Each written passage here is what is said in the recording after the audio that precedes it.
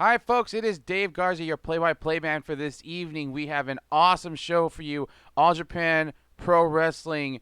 This is the All Japan Worldwide Fan Group. We are here to give you English commentary to help your viewing experience for some of us that are across the ocean, or some of us that are just wanting to get English commentary in on the product to kind of get us a bit more acclimated to our wrestling environment. We are here to help. We want to start off the show. The time mark will be at 1 minute, 8 seconds. We are counting down from that in 5, 4, 3, 2, 1. Folks, let's go over today's lineup. It's going to be an awesome card. Thank you for joining us.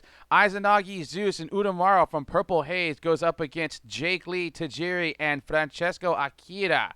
That's going to be an awesome opener, six-man tag. Second match we are going to have is going to be Dan Tamura, Hikaru Sato, and their friend Rambo Kawamura going up against the six-man tag team champions Omori Ito, along with Alejandro, who is not a part of the six-man tag team champions, but he's coming along for the ride. Fantastic talent Alejandro is.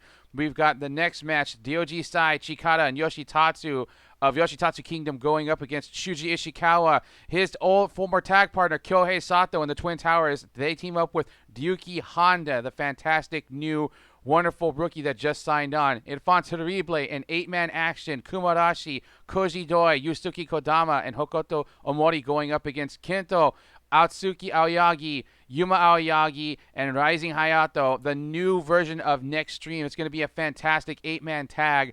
Fifth match, we are going to see a Gara TV title match. Black Menzore goes up against Jun Kasai, the new champion, Mr. Deathmatch himself. It's going to be a fantastic match. We're looking forward to that one. Kasai really shaking things up as he got here.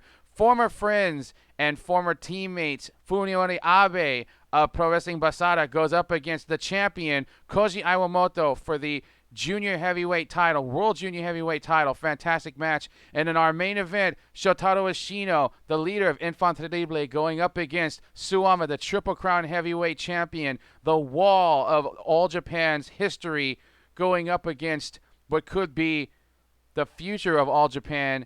New Year Wars. We are very happy and excited to be here at Kurikan Hall on January 24th. Let's get over to that first match right away. Looking forward to this one. Jake Lee and Zeus have great ring chemistry with each other when they're battling it out. Two of the bigger stars in All Japan. They're working alongside some respective tag partners in this match. We've got to look forward to Jake Lee just looking into dropping those bombs, those big knees onto the chest of Zeus and anybody else that gets in his way. Zeus and Jake Lee, of course, have some unfinished business. They are on opposite sides of this match. They are looking to basically just beat the living crap out of each other. Zeus and Jake Lee, of course, the ones to look at in this match, but our buddy Francesco Akira as well as Tajiri should not be counted out of this match. They will definitely play a pivotal part, but Jake Lee is looking to get back into contention for any of the major titles in All Japan right now. Jake Lee had a very storied 2019. His 2020, he had gained the All Asian Tag Belts with Koji Iwamoto and lost them. Since then, he has sort of lost the steam that he had brought with him from the previous year. But 2021 is the beginning of a new year. Jake Lee looking to propel himself into title contention for the World Tag Team / Double Cup Tag Team Championship, or the Triple Crown Heavyweight title, the most prized possession in All Japan. Out comes Purple Haze in a big rush. Zeus, Izanagi, and Udamaro. Purple Haze, roughly been around a little bit over a year now. And at first it was wondered who would be the leader of the former Army of God, is what they were known as before they formally became Purple Haze. They kept taunting Zeus until finally Zeus relented and wound up joining in. It'll be Tajiri and Izanagi starting off now, circling each other, locking up right dead center of the ring. Udamaru trying to get control, but Tajiri gets control of that left arm, swings him around for an arm drag. Tajiri switches arms, going to focus on that right arm. Tajiri caught in a headlock, bounces Izanagi right off the ropes. Izanagi prematurely celebrating. Tajiri with another beautiful arm drag. Another one there, caught a little short. Tajiri looking to work that right arm. Izanagi backs him up into the corner, Purple Haze. Tajiri with a worried look on his face for a good reason as Udamaru and Zeus go right to work on Tajiri as Izanagi dips out. Udamaru breaking the face while Zeus puts the boot to the neck of Tajiri. Udamaru, for the moment, subdued by Tajiri. Tajiri, a very crafty wrestler, well-traveled. In comes Francesco Akita. Akita with some of the quickest offense you will see in All Japan. Definitely gained quite a bit in his excursion in All Japan. Jake Lee now in. Tajiri tags in now, keeping the freshman inside. Smart move, Tajiri. Working over the left arm of Udamaru. Francesco Akita tagged in. Gets a nice stomp on that left arm of Udamaru. Nice middle kick from Francesco Akita. Eats an elbow for his troubles. Francesco Akita doing a little bit of MMA training, working on his striking and his offense with Jake Lee. Seems like it's all for naught for the moment. Udamaru gets in there, using it heel tactics to keep Francesco Akita from getting his balance. Zeus now tagging in. Zeus easily the largest member of Purple Haze in this match. Big military press. Down goes Francesco Akita. Zeus now with the cover. And a 2 count. Zeus laying right into Francesco Akita, showing no mercy on the young man from Italy. Akita looking up into the lights, still off of his game, not able to get into a comfortable spot in this match, and that's how Purple Haze likes it. Udamaru, the legal man now, tries to go for a backdrop. Akita floats over. Inseguri, step up Inseguri from Francesco Akita. Udamaru still reeling from it. Jake Lee tags in. Jake Lee and Udamaru meet in the middle of the ring. 2 big back elbows and a third one. Izanagi tries to get in there, but it does no good as Jake Lee is ready for him. Zeus now getting some of that action. And here we go. This is exactly what I was talking about. Zeus and Jake Lee going back and forth. Udamaru cuts off Jake Lee. Looked like Izanagi snuck in a sliding super kick to the face of Jake Lee. Udamaru now back in control of the match. Jake Lee tossed into the ring corner. Jake Lee ducks it, hits a big kick on Izanagi, hits another one on Udamaru. Big kitchen sink knee into the gut of Zeus. Zeus tossed to the outside. Jake Lee now tagging in Francesco Akita. Jake, Tajiri, and Tajiri and Akita getting fired up into this match. And you can easily see that the momentum is beginning to shift, especially with that beautiful aerial assault from Francesco Akita rolling in quickly, leg wrapped, only gets a 2 count. Francesco Akita easily adding on a good amount of bulk to himself the last year as he spent time in All Japan due to COVID restrictions on travel. He's been able to turn a good thing into an even better thing. Big kicks from Jake Lee and Francesco Akita to Zeus. Zeus down. Francesco Akita with the cover. 2 count only. Francesco Akita getting fired up. He wants to make a big impression in this match, and he has a chance to do so. Looking to get vertical. Unfortunately, wow, beautiful flip over from that chokeslam attempt. Zeus follows up with a huge bicep explosion. Covers Francesco Akita, 2 count only. But Zeus looks pumped. He looks very, very, very pumped. Francesco Akita looking a little worse for wear here. Gets cinched up for a big chokeslam. Down goes Francesco Akita. 3 count, and there is your winner, Zeus. And Purple Haze. Francesco Akita getting leveled with that huge chokeslam. Zeus came down on it on his knees to give it more of an impact, but Purple Haze comes out of this thing looking like $1,000,000.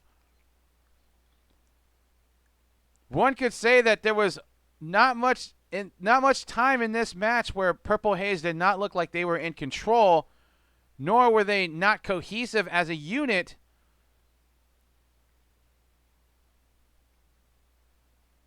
One could argue that Jake Tajiri and Francesco Akita not being a part of a stable like their opposition was would give them a disadvantage, but they were working pretty smoothly as a team. But the power of Zeus just became too much for Jake and his squad. They will live to fight another day. But in this opener, you got to give it to Purple Haze. They definitely came with everything going in their favor. There is the ring crew working on cleaning the mat, making sure that everything is safe for the next match. All Japan has been doing a fantastic job making sure that all COVID conditions and concerns are met. Everything is nice and safe for not just the talent and the crowds. Dan Tamura, Rambo Kawamura, Hikaru Sato going up against Takao Mori, Karuo Ito, and Alejandro coming up next. Karuo Ito, along with Black Menzore and Takao Mori, became the 6-man tag team champions earlier this month. One has to wonder if Evolution has set their eyes on winning the 6-man tag team titles, and out comes the Evolution squad, followed by their friend, Hikaru Sato's friend, Rambo Kawamura, who is slowly making his way to the ring.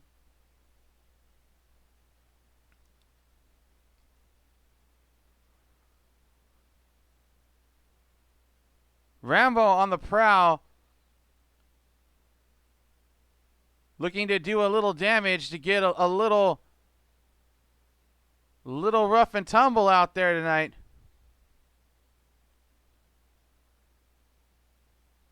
Normally, he is Rocky Kawamura when he is working in different promotions. But for All Japan, came up with a new guy. Speaking of new guys, Alejandro, new masked wrestler in All Japan. Very excited to see him. And out come 2/3 of the All Japan 6-man tag team champions. Carbo Ito and Takao Mori, but Alejandro, fantastic wrestler, former Wrestle One wrestler, trained in their dojo, much like Ryuki Honda. Alejandro has been working a fair amount of matches in All Japan, as well as doing some work for various independent groups such as Vamos Star, which is wrestling promotion, part-time promotion run by former Wrestle One wrestlers Andy Wu and Masayuki Kono.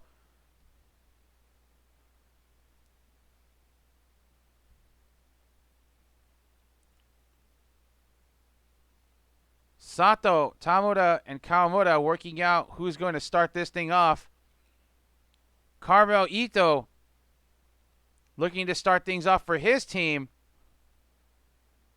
Ito, of course, is outside of his role as a masked part-time wrestler, a major sponsor for All Japan. Tamura Ito in the middle of the ring. Ito throwing out some kicks and elbows, but Tamura staying on top of him, keeping that defense very light and very wisely, not trying to get suckered in for a high kick, getting knocked out early in this match. Ito, the flip over, gets control with the side headlock. Tamura returns fire, gets that side headlock in, wrenching that head of Ito. Ito bouncing Tamura off the ropes. They meet in the middle of the ring. Tamura showing some of that growth that he's gotten over the year. Eats a sling blade, though, from Carbo Ito. Carbo Ito now looking to go for a crab hold. Tamura, very, very astute here, managed to wiggle his way over to the bottom rope. Ito, a little frustrated, takes out some of that frustration on Tamura. Ito tags in Alejandro. Tamura tagging in Rambo Kawamura.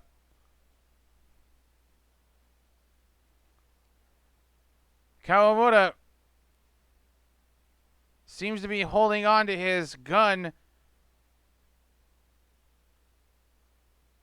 Very similar fashion as to Linus and his security blanket. Makes him feel a lot better, but his tag partners try to reinforce that he's got to play this thing straight. Oh, now he's got a play knife, and Alejandro managing to float over through that, but eats a couple of back elbows for his troubles. Alejandro manages to circumnavigate the quote-unquote knife. Kawamura on the outside now. Sato meets Alejandro in the middle with the middle kick. Tamura. All members getting involved now. Double teaming Alejandro. 619 float over. Hits a beautiful double drop kick. Alejandro looking to go vertical, and he manages to hit everybody in this match. Ito looking to get a little vertical himself, and everybody comes tumbling down. Carbo Ito kind of likening himself to a Kota Ibushi here, using that mix of striking and aerial assault. Kawamura gets rolled back in by Alejandro. Alejandro with the cover. 2 count only.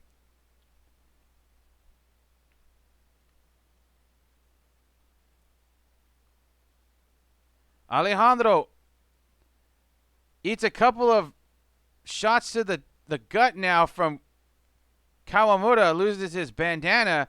Alejandro thought he could get sneaky on Rambo, but Rambo saw him coming, was having words with the referee, hit him with a flying cross body block of his own. Kawamura tags in Hikaru Sato, former All-Asian, former World Junior Heavyweight Champion. Sato with some big middle kicks to the gut chest area of Alejandro. Follows up with another. Sato try to hit him with that backdrop. The the wheelbarrow drop, but caught by Alejandro. Alejandro staying right on top of Sato. Seemingly has an answer for all of Sato's offense. Very crafty wrestler is Alejandro. Takao Omori now in. Bounces off the ropes. Big boot from Omori. Follows up with a knee kick. Omori, he wants to end this thing. He wants to put down Evolution, that big axe bomber that he's known for. Sato, couple of kicks now. Trying to bring down Omori. Omori with that sit-down bomb. No good. Sato catches Omori with a cross arm breaker. He's got him right dead center of the ring.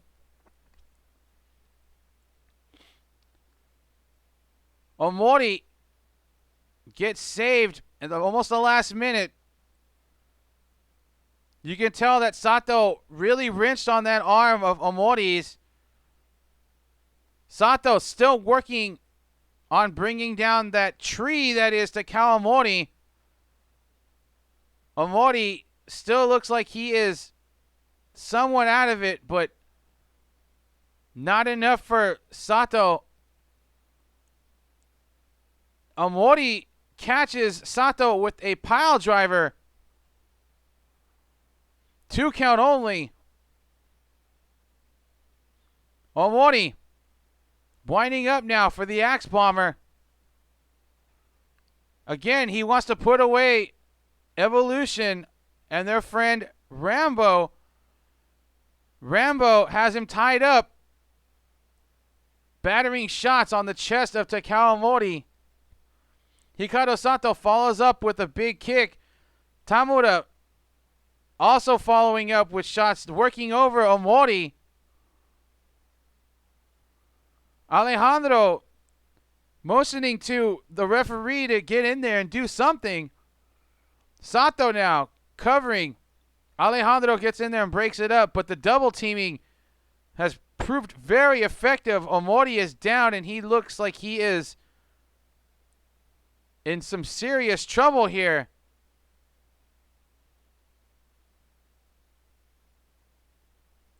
Sato trying to hit that wheelbarrow drop. Sato manages to get Omori over with it. Cover, only got a 2. Switches into a cross arm breaker. Omori looks like he's in some serious trouble here, trying to clinch those hands. He's almost there, but he's not quite. Sato gets a huge submission. He hooked onto that leg, grapevining that leg at the very end. And Sato gets a huge win in this 6-man tag, submitting Takao Omori, somebody who is much, much larger in size. Sato, of course, trained in part by Minoru Suzuki, somebody who definitely knows how to overcome the odds with superior grappling and striking.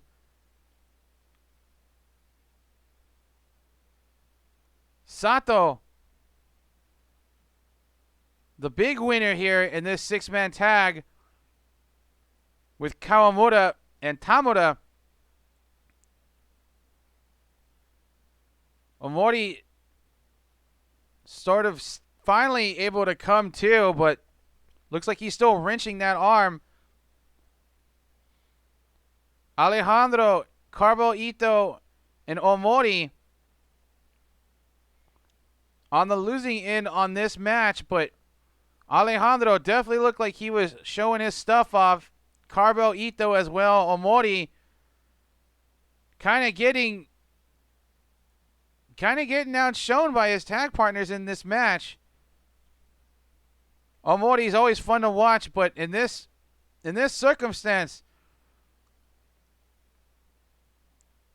it might have been Omori was the chink in the armor.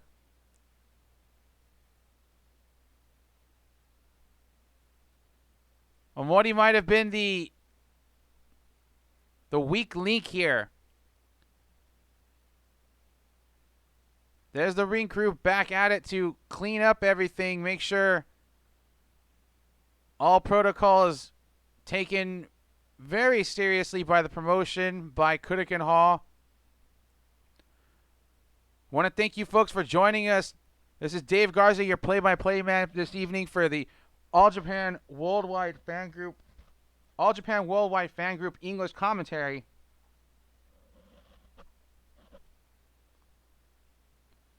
Next up, we have Yoshitatsu Kingdom, Dyoji Sai, Yoshitatsu, and Chikata going up against the Twin Towers, Shuji Ishikawa, Kyohei Sato, and Ryuki Honda. Shuji Ishikawa spending some time working with Ryuki Honda. It'll be very interesting to see if anything develops out of that relationship. Ishikawa is not the worst mentor to have, especially for a young, talented heavyweight wrestler like Ryuki Honda is. Out comes Chikata, flanked by Mr. Lands End himself, Dyoji Sai, and Yoshitatsu, the now former Gara TV champion.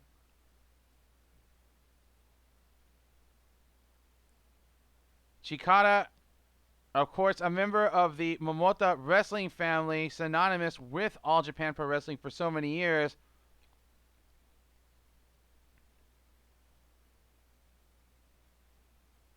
Yoshitatsu now only down to one title.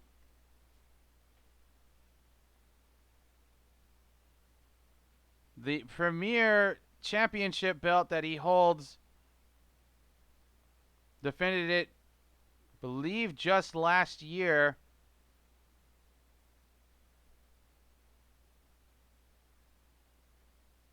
Not too long ago, I believe it was back in December.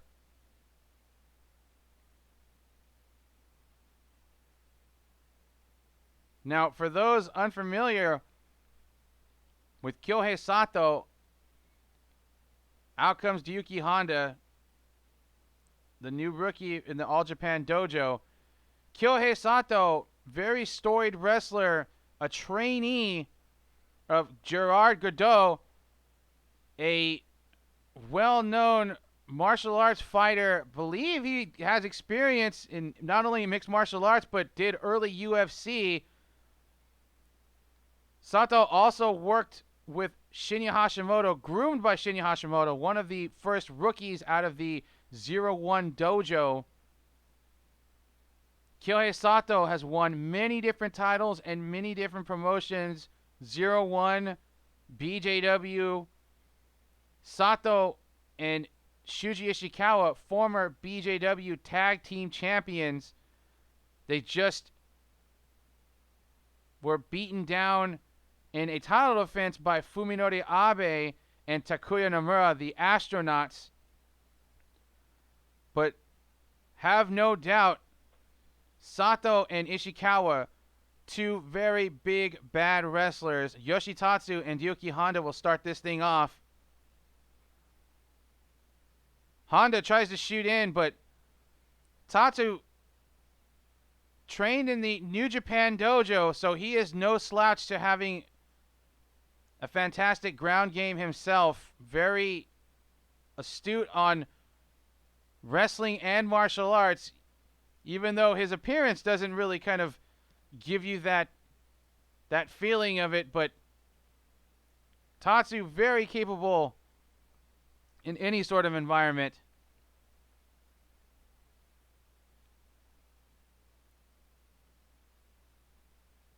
Honda scouting his opponent, looking for a opening to get in there. They lock up.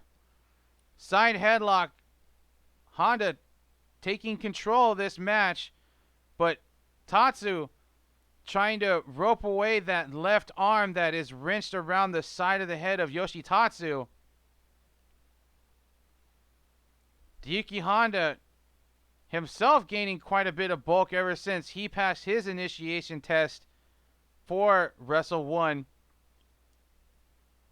If you look on Twitter, he just put up some pictures of himself from day one to now, and he has definitely gotten some girth on him. Tatsu, Honda trading elbow shots now. Tatsu bounces off the ropes. Is brought down eventually with a body block by Honda. Only manages to get a 1 count on that. Honda stomping away on the back of Yoshitatsu, battering shots on the back of Yoshitatsu. Honda trying to go and scoop him up for a body slam, but Tatsu putting himself at dead weight, making himself as difficult as possible to throw.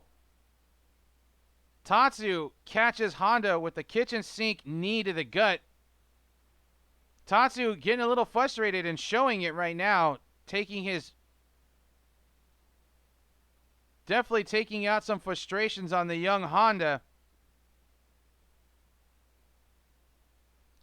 Referee Nikan Lee trying to stay on top of this match. Takada gets a tag in. Well, he didn't tag. He tagged himself in, admittedly. Takada now working over the chest of Honda, using some of those chops of his. Takada going right back to work on the chest of Ryuki Honda with those chops. Starting to see it turn a little red. Takada gets in there, follows up with a back elbow shot. Covers Ryuki Honda. 2 count only.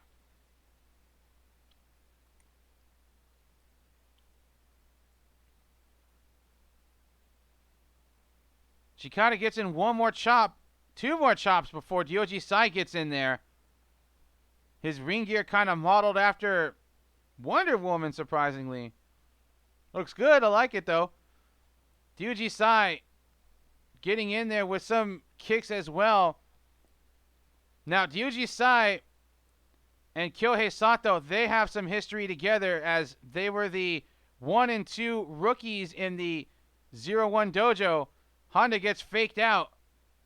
Eats 3 kicks to the back. 2 count only. Ryoji Sai and Yoshitatsu, are no strangers to themselves. They've known each other for some time.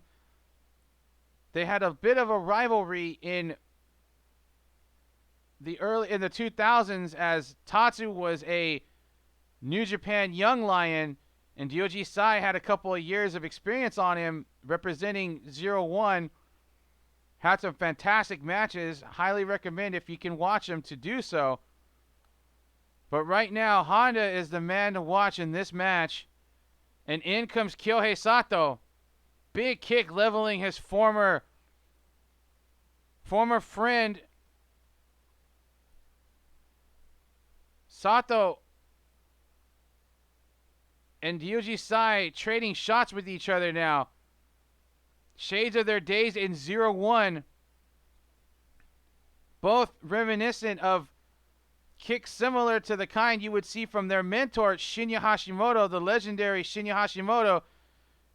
Ryoji Sai, big scoop brain buster on Kyohei Sato. Ryoji Sai tagging in Tatsu, but Tatsu tagging in Chikara. Chikara moves in, tries to cut off Kyohei Sato's backup. Chikara signaling for the reinforcements to get in there. Yoshitatsu Kingdom team trying to keep the momentum on their side, working in tandem to keep Kyohei Sato out of his best element in this match. Chikara on the top rope now, trying to go for one of those big saber chops. Manages to get it square on the target of Kyohei Sato. Sato gets saved at the last second by Ryuki Honda and Yoshitatsu. Chikara trying to go for a backdrop on Kyohei Sato. Sato just laying right into Chikara. Big elbow shot. Twin Towers now in there. Chikara is looking like he is in some serious trouble. Kyohei Sato, big kitchen sink knee. Shuji Ishikawa hits one of his own, and then they hit one together. Just like the old days. Stereo elbow shots to the head of Chikara. You got to feel sorry for this guy. He is just taking the beating in this match. Twin Towers not showing any mercy. Kyohei Sato.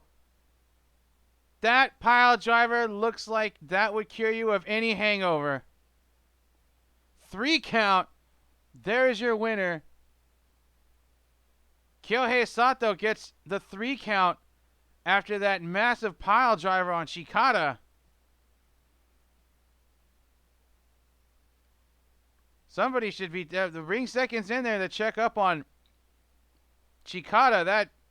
That pile driver drilled him right on his head, right on top of his head. Your winner, the Twin Towers and Ryuki Honda in this match.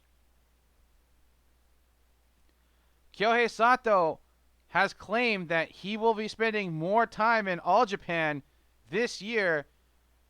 It makes you wonder what the future has in store for Kyohei Sato in All Japan. Yoshitatsu checking up on Chikara now, making sure that he's doing all right. He's back up on 2 feet and able to leave on his own power. But you got to imagine he definitely got his bell rung by the Twin Towers. Anybody who had seen them in Big Japan knows what kind of damage those two can do together. This could be the beginning of their revival of a team in All Japan.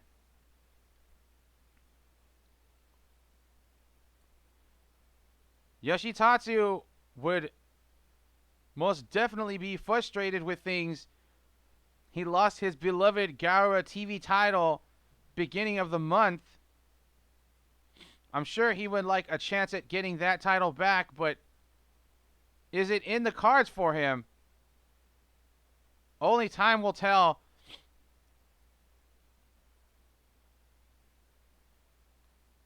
Yoshitatsu and Chikara having words. Yoshitatsu giving a spirit slap of sorts to Chikara.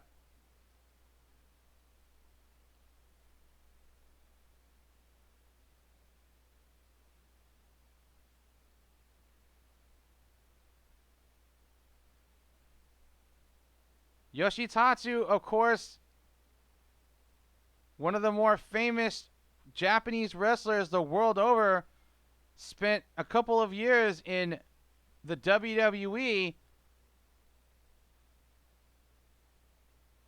before making his way back to Japan, spending some time back in the place that trained him in New Japan before eventually finding his way over to All Japan and becoming an All Japan wrestler.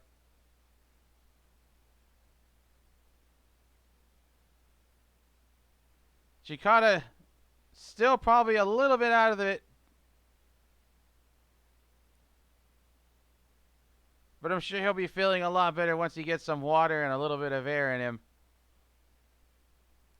You are watching New Year Wars, January 24th. We are at Kurikan Hall in Tokyo. This is Dave Garza, your play-by-play man for this evening. All Japan Worldwide Fan Group English commentary. Thank you for joining us. Thank you for letting us become a part of your wrestling experience. We have a great amount of fun doing the commentary for All Japan. Some folks out there really kind of need the English commentary to help them with their wrestling experience and get acclimated into All Japan Pro Wrestling. We are here. We are here to help, and we will be around, be doing more English commentary this year. 8-man tag match coming up next stream, going up against Infant Terrible. It's going to be a fantastic match. I'm a big fan of wrestlers, all the wrestlers on both sides of this match. It's very hard to tell who's going to take this one.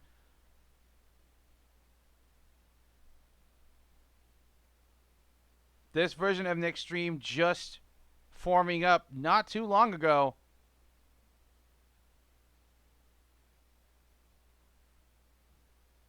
Kento and Yuma, members of the original Next Stream, along with Naoya Nomura and Jake Lee,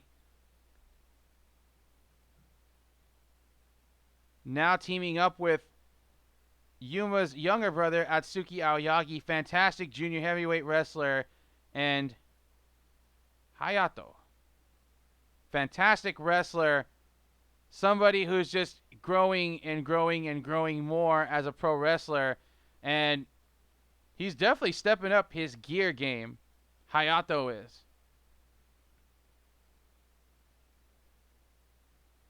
First comes out Atsuki, and there is Hayato right there.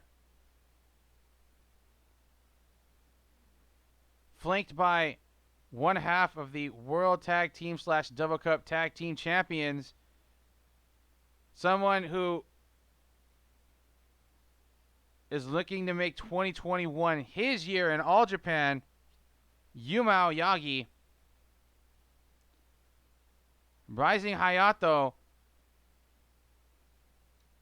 representing EPW, Ehime Pro Wrestling. And there is the supernova of All Japan, the other half of the World Tag Team / Double Cup Tag Team Champions. We call it the Double Cup because there's two belts. Used to be trophies in the whole 9 yards, but there he is, Kento Miyahara. Kento, of course, loves the camera, loves the crowds. He feeds off that energy. Just like so many of the greats who have stepped through in All Japan Pro Wrestling or pro wrestling in general. Kento, of course, a very peculiar soul. Super talented wrestler. Phenomenal strength, but sometimes can be a bit of a goof.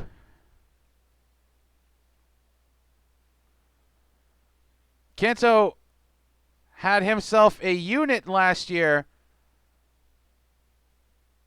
A team, Kento's Adventure, alongside Francesco Akira, Rising Hayato, and Jiro Ikiman, who was just departed not too long ago for the WWE. Wish him the best of luck in that. And in rushes Infant Terrible to get this thing kicked off. Kumarashi, Koji Doi, Hokuto Mori, and Yusuke Kodama. Kumarashi raking the face of Hayato. Not even sure who the legal man is for either side. Looks like Arashi and Hayato will start this thing off for their teams. Kumarashi just continuing to rake the eyes and face of Hayato. Hayato bounces off the ropes, ducks a lariat, springboards off and hits a drop kick on Kumarashi. springs back to life, trying to fire up this crowd. Hayato leaps right onto Kumabayashi, but Kumabayashi was waiting for him, and he scoop slams him right onto the mat on the outside. Here comes Yuma. Yuma getting some of that wrath of Kumabayashi sent right into the ring post now. Kumabayashi is a big, bad man. The former sumo star, former Wrestle 1 star. Kuma might not have the best track record since he's arrived in All Japan, but to say that his presence has not been felt would be a lie. He has been a big, dominant man in tag matches and singles. Pretty sure this year is going to swing towards him in his favor. There's Kento. Still has the tag belt strapped on him after getting bum rushed by Enfant Terrible. Yusuke Kodama emulating his hero, Eddie Guerrero. A beautiful plancha. Sorry, Senton Atomico.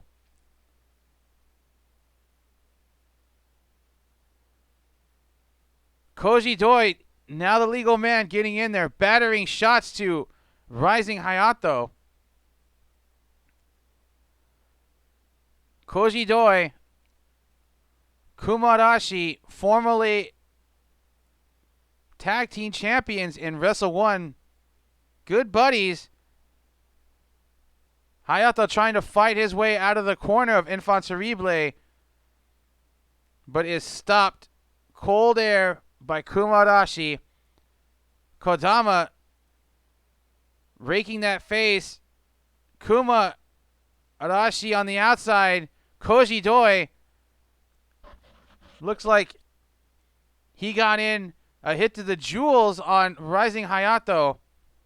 Referee trying to get in there, stay on top of the match, making sure it's a clean match. Amori on the outside, making sure to keep Kento away. Amori showing a lot of disdain for Kento in the last few months. Hayato managing to tag in Kento. Kento and Koji Doi meet in the center of the ring. Koji Doi reverses that. Eats a drop kick to the knee, but he is still standing. Another drop kick sends Koji Doi down. There is Kento celebrating a little too early as Yusuke Kodama and Kumabayashi get in there to break up the fun.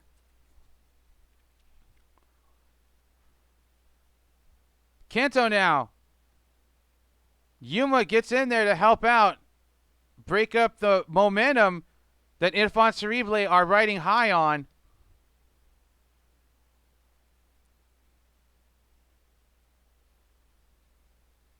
Yuma, Kento signaling to... Oh! Kento was alerted to Hokuto's presence by Yuma. Yuma and Kento working stereo to bring down Koji Doi, who was looking like he was about to get up. Kento going for that shutdown German suplex, and maybe a little early. Koji Doi breaks out, blocks the knee, rolling elbow shot. Knee to the gut, Koji Doi. Hokuto and Atsuki, former friends in the dojo, meeting up now. Side shot. Axe kick. Hokuto. He's just so fun to watch. He has grown so much since his rookie days as Hokuto Omori. I hate to say it, but Enfant Terrible is definitely giving him the right rub. Hokuto is growing into that role of being a young, talented heel. Atsuki flips out of that German suplex. Hayato hits a beautiful drop kick on Hokuto. Yuma gets in there to cut off the reinforcements. It is Next Stream who is in the ring taking control of this match. Big slap to the face of Hokuto Omori.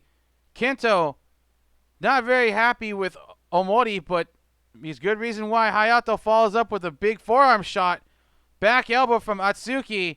Another one from Aoyagi, the older brother, and big knee to the face of Kento with a slap added on to pour some salt in the wound. Kicks of plenty from Hayato and Atsuki. Atsuki, 2 count only. Atsuki, he wants to get a big pin over his former friend, Hokuto Omori. Omori grabbing onto the referee, distracting him. Atsuki tried to go for a fisherman buster, shades of his brother, super kick to take care of Omori, but Omori catches him with a shot to the jewels. Koji Doi, big lariat, sends Atsuki Aoyagi down. Kumarashi on the top rope, diving senton. That big senton from that big frame of Kumarashi. Yuma is cut off. Kento is cut off. Hayato is on the outside. He is hurting. Looks like he's going for a variation of the big kind of staggering blow. Wataru Inoue. 3 count from Hokuto Omori. More forearm shots into the neck area of his former friend Atsuki Aoyagi. Hayato finally gets in there to help his friend out, but Infant Terrible is already en masse in the ring, fighting off all attempts to pull out their teammate. Atsuki finally launched to the outside by Hokuto Omori. The damage is done.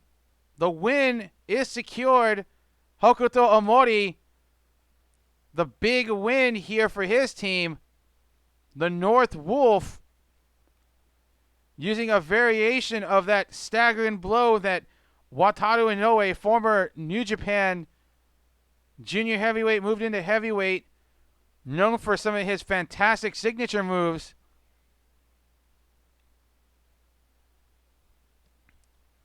Omori, I'm sure, would like to get a piece of Kento somehow, more than just a multi-man tag.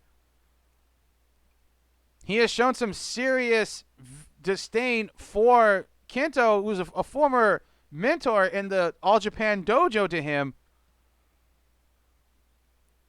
Omori seemingly has taken up a deep residence with his newfound family in the Infant Terrible, more so than he has with anybody on the All Japan roster.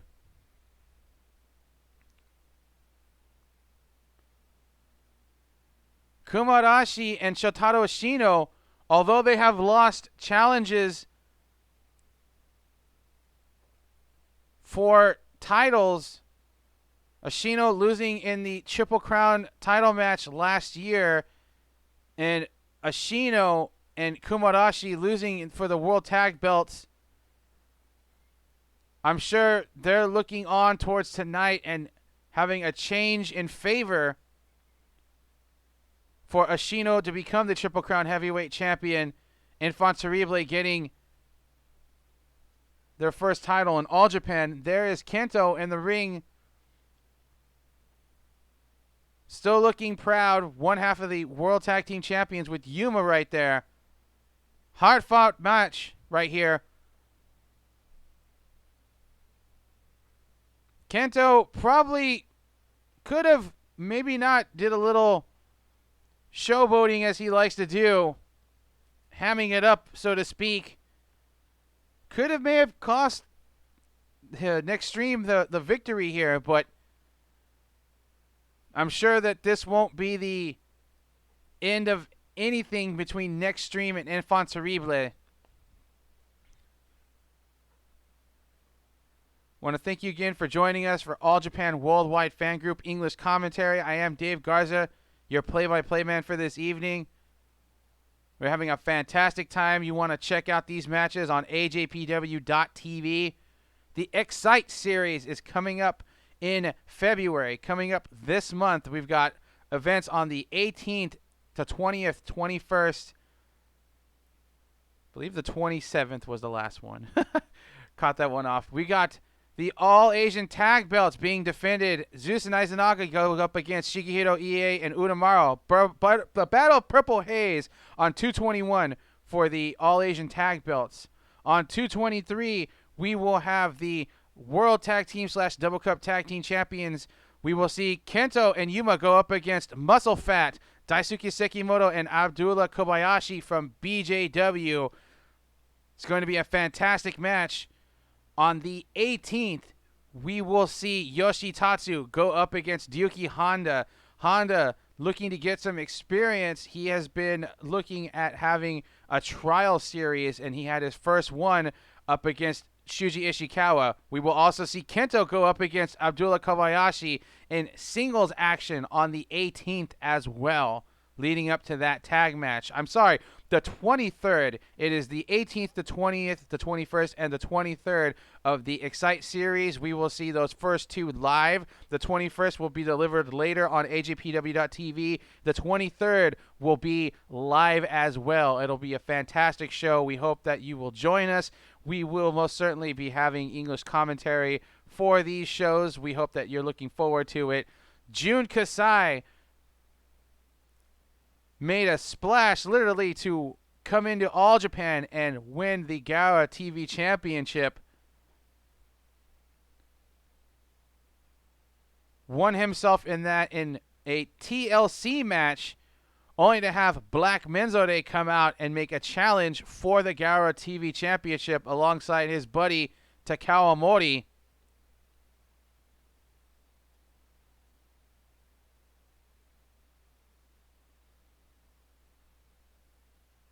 Kasai looking to cement his status as a dominant wrestler in All Japan and bring with him that death match attitude that he carries with him.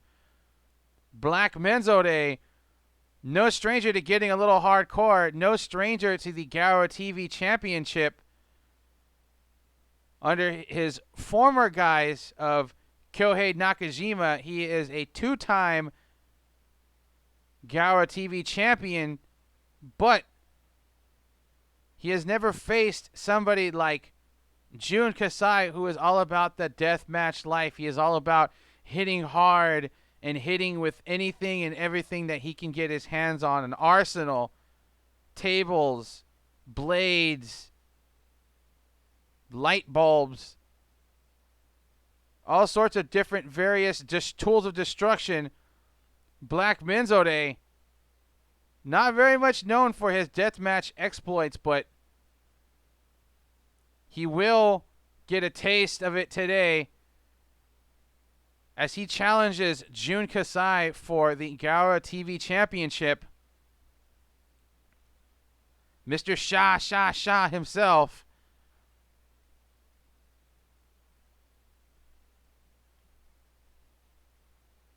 Black Menzore, of course, a take on a gimmick that he came with originally in his time in Okinawa Pro Wrestling, Menzore Oyaji. And it was originally a bowl of noodles that was on top of his head.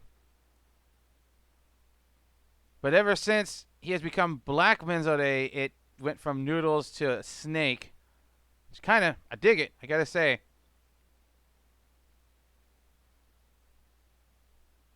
Black Menzore, of course, a disciple of the famous Super Delfin. Okinawa Pro Wrestling was a project helmed specifically by Super Delfin. And out comes Jun Kasai, somebody who is very well traveled in his career. Started out in the Big Japan dojo, competed in Big Japan, and eventually started working almost exclusively with death matches and siding with CZW, eventually working in CZW and staying in America for a couple of years, gaining experience and becoming one of the most well-known deathmatch wrestlers in Japan and the world. Competes primarily out of Freedoms now. Pro Wrestling Freedoms. Fantastic promotion. Death matches and non-death matches aside. Highly encourage you to check out some of his work there.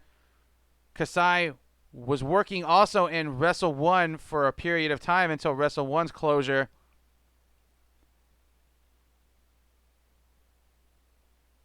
Nikan Lee is going to be the referee of this very unique Gaora TV title match. We already see the table that is wedged into the ring corner. Kasai, Black Menzore. They will link up here. Believe it is their first singles match between the two. Black Menzore will need to pull out all stops and maybe a proverbial rabbit out of his hat to come out of here with the Gaora TV title.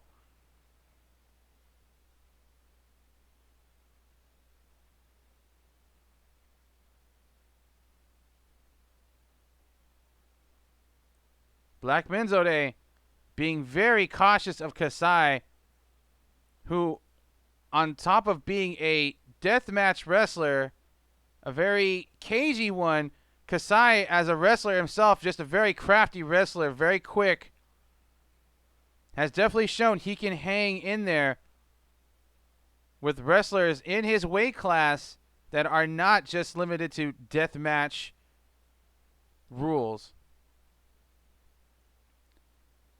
Kasai, probably a little uncertain on how to begin his assault to bring down Black Menzore here. Kasai, chair in hand, about as comfortable as Hank Hill and Propane right about now. Black Menzore picks up a chair of his own. And I think here we go.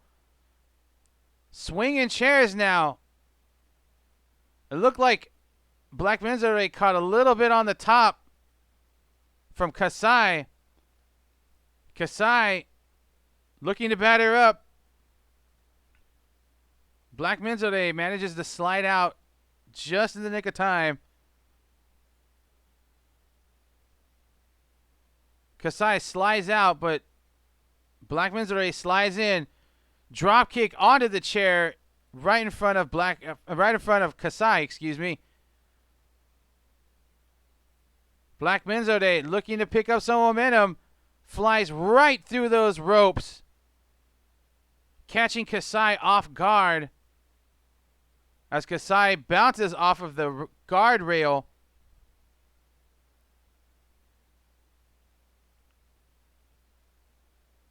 Black Menzore bringing out some tubing. And at the end of the tube, it looks like there's a snake on the end. Could be a snake charm, if you will. Black Menzore choking out Kasai with that tubing.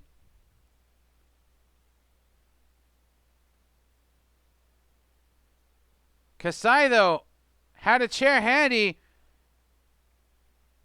And he manages to give Black Menzore 1-4 right on the top of his noggin. That tubing still wrapped around the top rope. Kasai follows up with a chair shot to the back. Black Menzore definitely looks like he's in a bit of trouble here. Kasai, another chair shot to the back. For the moment, the match staying relatively calm. Kasai now. That looked like that hurt like hell. Pile driver on top of the chair Kasai has been using to assault Black Menzode. Kasai now wedging that chair between the second and the third ropes in the corner, parallel to themselves. Kasai staying on top of Black Menzode. Black Menzode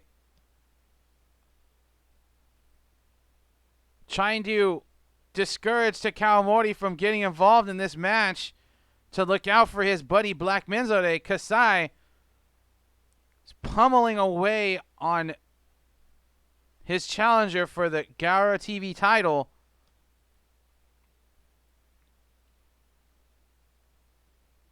Things are probably only going to get worse for Black Menzode before they get better.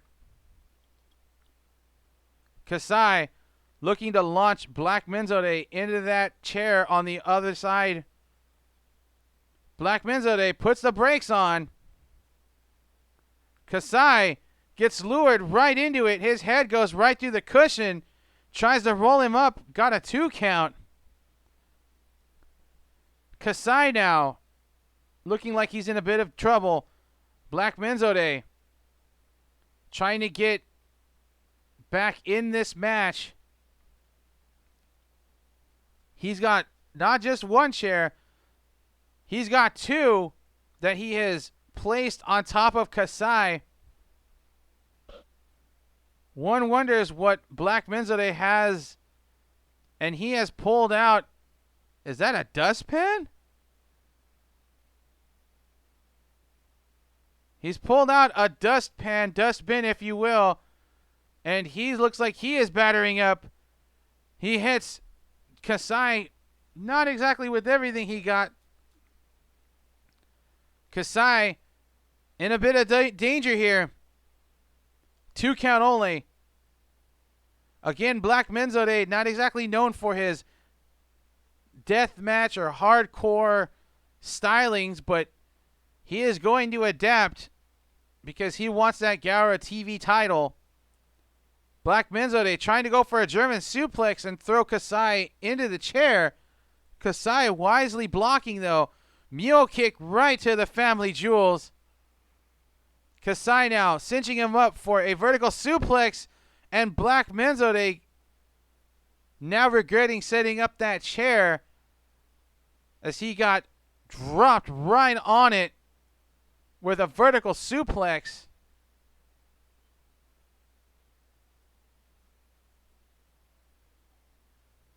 Kasai now has a bag of tricks, and he's pulling out some skewers. This is not going to be pretty.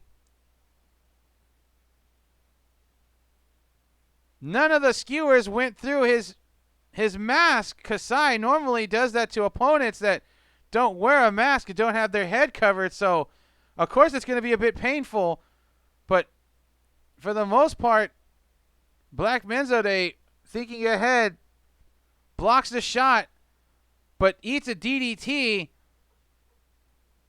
Kasai, as I mentioned, a very crafty wrestler, adapts very well, and he is going right after the mask of Black Menzode.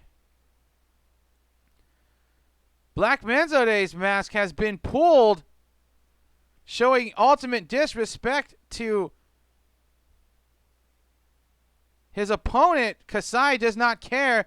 Kasai only looking to inflict as much damage as possible on his contender, his challenger for the TV title.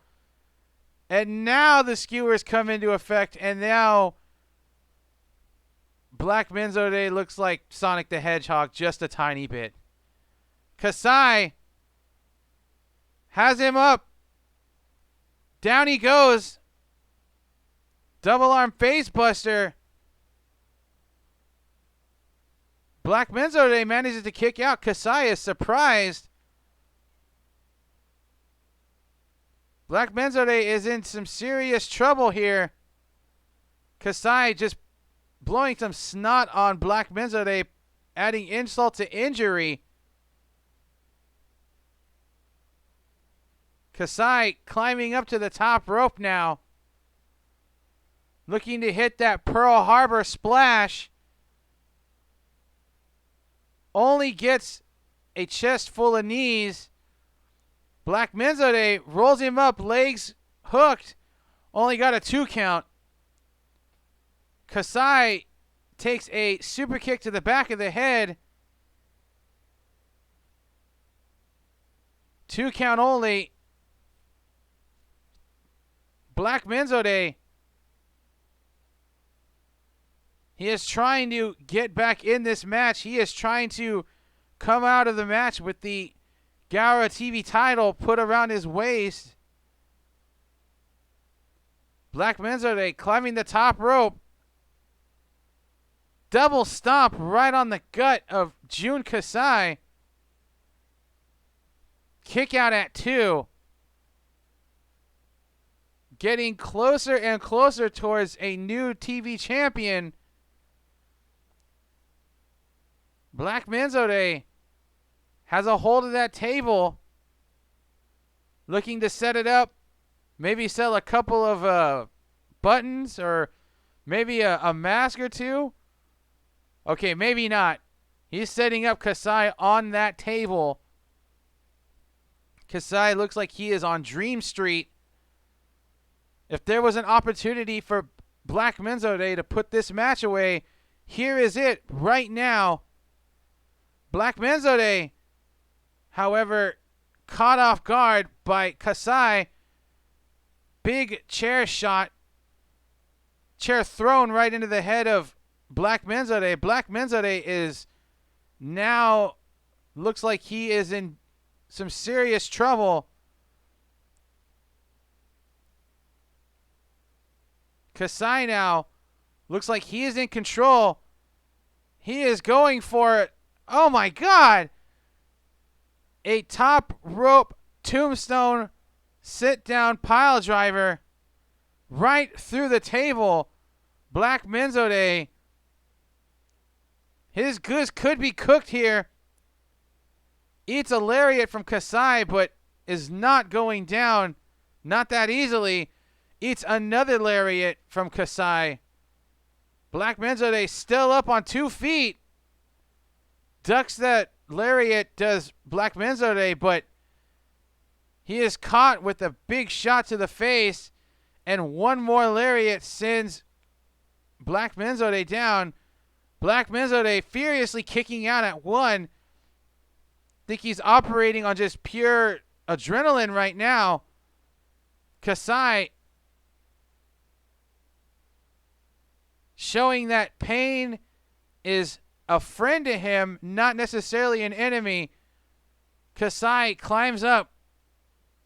He's going to put those goggles on, and he is going again for that Pearl Harbor splash. Manages to connect it. Black Menzode still in this match somehow. Jun Kasai going for that. Oh! He turned it into, instead of a face buster, he just went straight for the pile driver. And that is what will seal it for Black Menzode in this match. Jun Kasai taking a trophy while he also collects his Gaora TV title. Kasai makes his first defense here at Kirkin Hall. He retains the Gaora TV title in a very unique, very hard-hitting match here. Kasai looking on with pride as he gets his Gaora TV title back.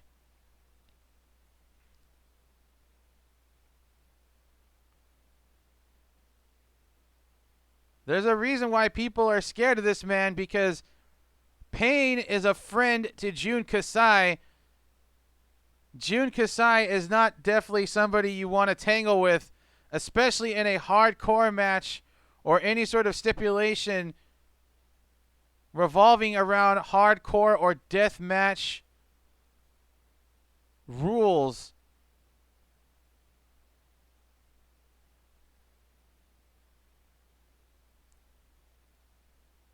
Kasai is somebody who knows what pain is. He has inflicted it on himself. He has been put through so many glass bulbs and tables and death matches. I've lost count, honest to God.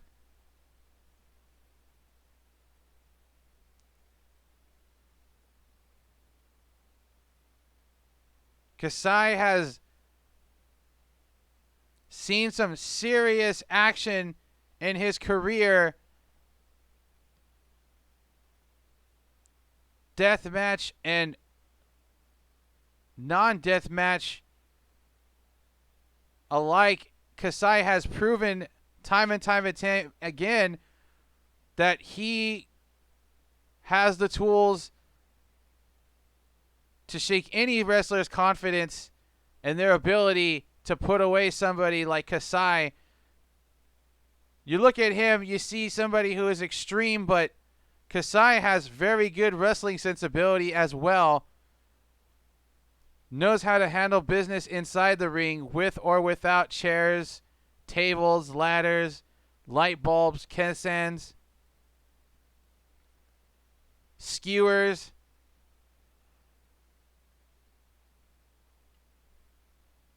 One can only wonder who will challenge next for the TV title, and there is your answer.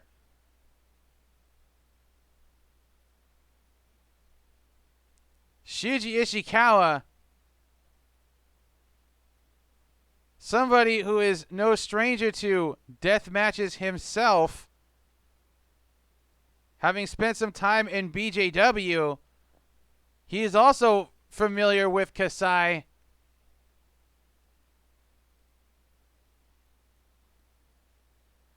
Ishikawa wants some of that action, that Jun Kasai action. He wants a shot at that Gaora TV title.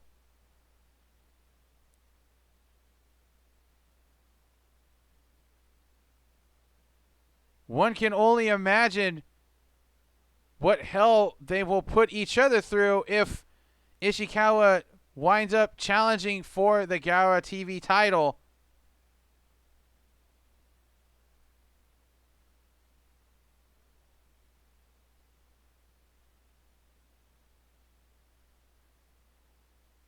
Both wrestlers have spent a good amount of their careers wrestling in different organizations, being traveling men. But I believe this, if they wind up hooking up, this will be their first one-on-one encounter. Kasai and Ishikawa. But for the moment, Kasai is the man. He's got his trophy. He's got his Gaora TV title. He has no fear. He has no qualms about the size of his opponents. He just wants the fight. Ring seconds get in there to clean up, get everything ready for our final two matches of this evening.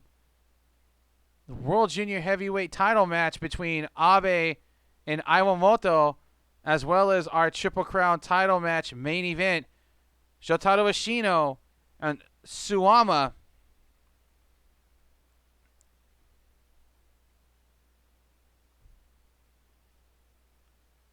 Want to say thank you again for joining us. All Japan Worldwide Fan Group English Commentary. I am Dave Garza, your play-by-play man for this evening. We hope that you will join us for more of our English commentaries as time goes on, as 2021 has awesome wrestling events for All Japan. We hope you're subscribed to AJPW.tv. That is how you want to check out the action.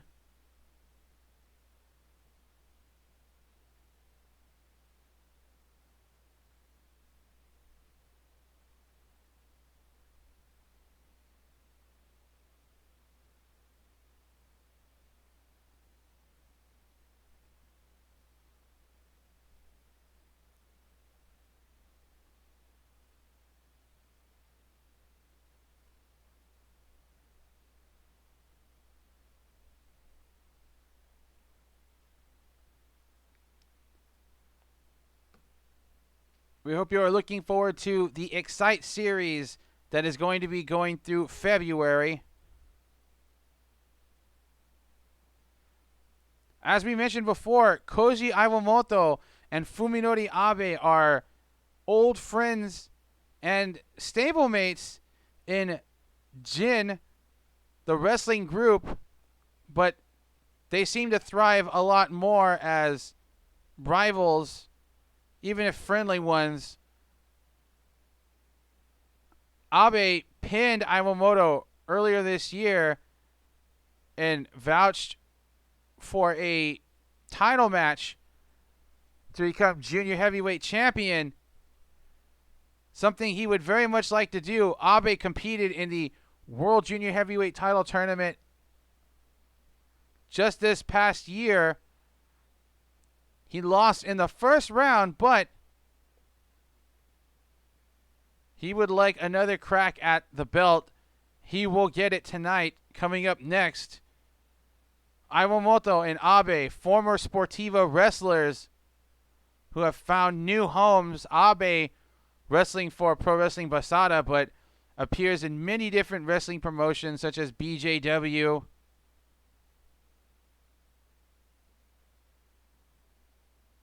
Hard Hit. Lots of different indie promotions around Japan.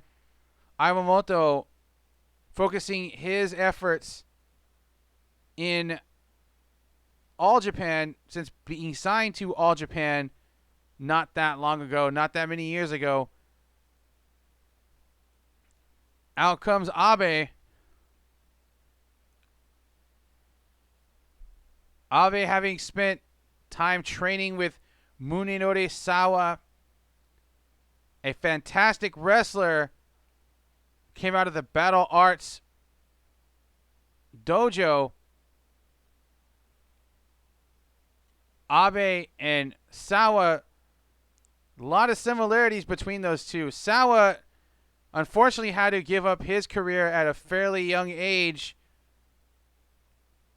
due to injuries, but one of the best wrestlers of that group out of the Battle Arts dojo. And out comes the junior heavyweight champion, the man who can throw literally anybody he wants to around as quick as lightning, Koji Iwamoto.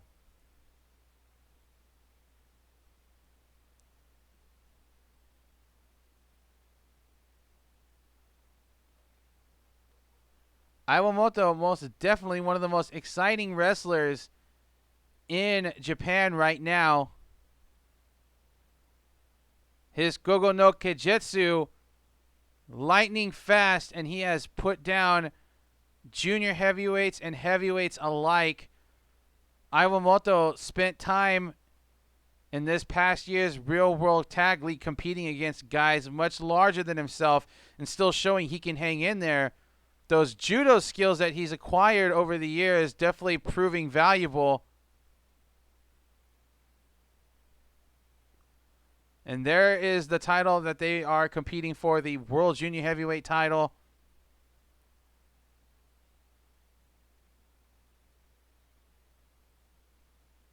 Iwamoto looking to go home and add another notch to his belt in terms of title defenses, even if it is against his friend and stablemate, Abe. Abe tries to get control, but that left arm gets wrenched. They trade spots. Abe gets flipped over. Iwamoto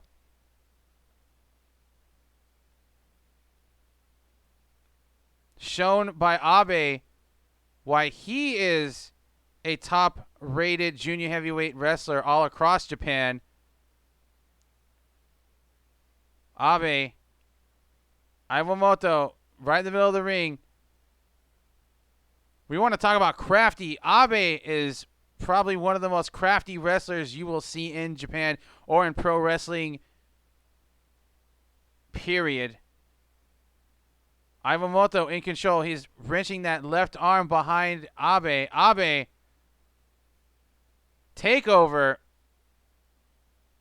Has that left arm cinched. Abe looking to open up. But it is way too early. Iwamoto gets in there and begins working over the left leg of Abe's now.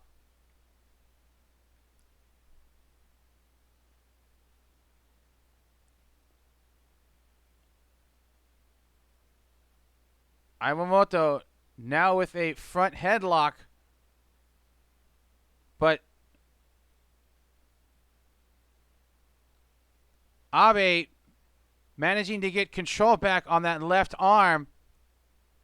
Iwamoto, for the second, is immobilized, but back up on his knees, back up on two legs. Arm drag. Iwamoto floats over, manages to trade places with Abe. Abe looking to roll out. We're going to see some fantastic mat work here between these two. These two know each other so very well, but at the same time, they know the mat even better. Abe with a kick to the back of Iwamoto. Iwamoto getting into the face of Abe. They trade shots now. Abe wins on that exchange. Abe, head takeover. Building up momentum in this crowd. Abe wanting to get the crowd into this. Bounces off the ropes. Full stride. Chip shot to the back of Iwamoto. Iwamoto. Kick and a follow-up DDT. Rolls up Abe, but only gets a 1 count. Gets a hold of that leg. Now grapevining it. Side cinches. Working into a crossface. Iwamoto wants to get control early on and stay there. Have Abe fight from the bottom. Abe looking to get to the ropes, but he's still got a bit of ways. Abe manages to get a hold of that bottom rope. Referee gets in there to make sure it's a clean break. Iwamoto,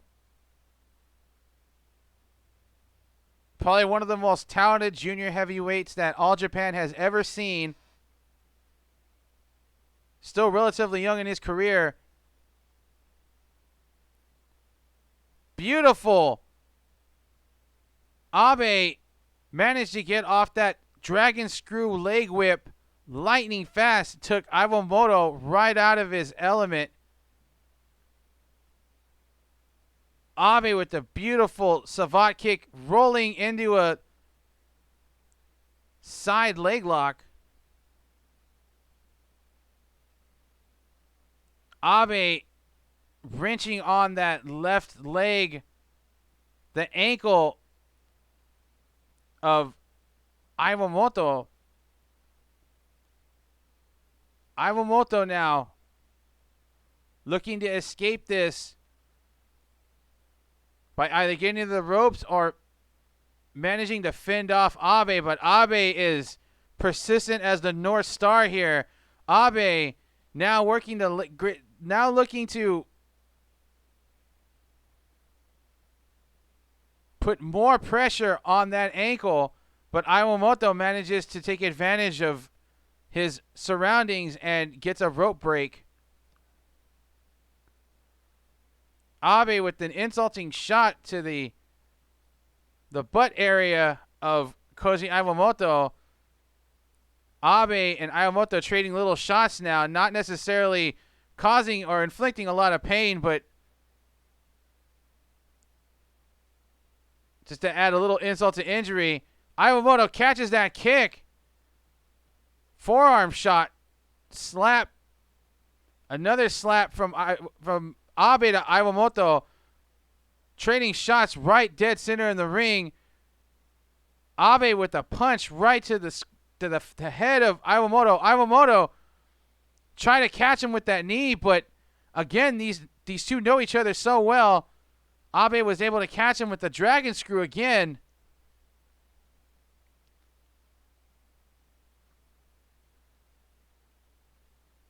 Abe wants that belt, and he is going to get it through whichever means he's got to use. Abe caught with the judo throw by Iwamoto, but Iwamoto still reeling from the couple of drag screws that he has had to endure in this match so far.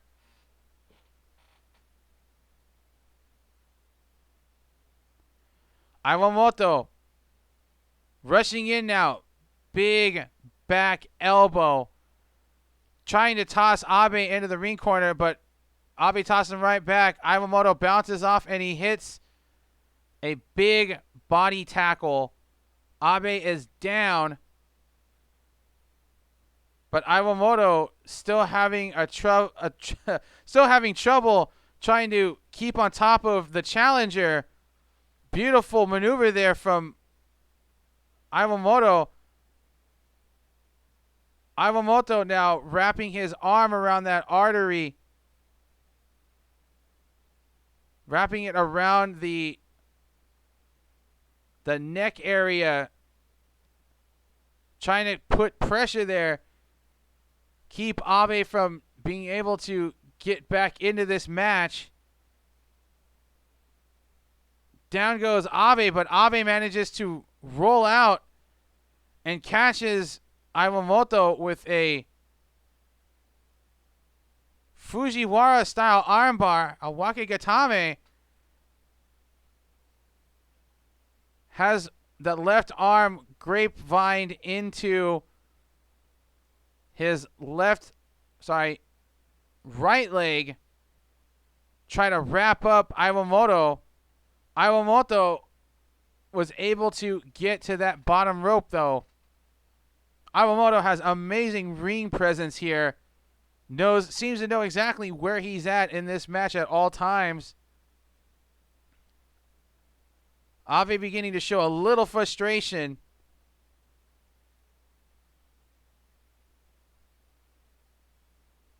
Abe and Iwamoto trading shots, but seems like Iwamoto's putting a bit more oomph into it until that left arm catches a kick. Iwamoto and Abe trading offense here, lightning quick here. That was definitely a blink and you miss it series of events that you just saw. It's a little too fast for me to even call. Abe back up on 2 feet, eats a lariat from Iwamoto. Iwamoto tried to cinch him up, but Abe countered with the vertical suplex. Abe is definitely hurting, but you can tell his conviction is there. The spirit may be willing, even if the body is a little weak. But Abe is fighting with everything he's got. He wants to take that junior heavyweight title home with him. Back to Pro Wrestling Basada. Iwamoto and Abe back to trading little shots with each other. Elbow shots back and forth now. Both wrestlers still down and out, now back up on 2 feet.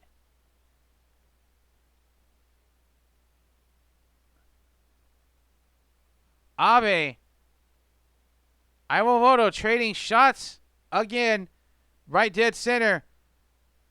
Misses that kick, but then he caught him with another one. Abe, another big kick to a downed Abe. To a downed Iwamoto. Batters up and hits him with that punch. Now he's got the octopus hold cinched in.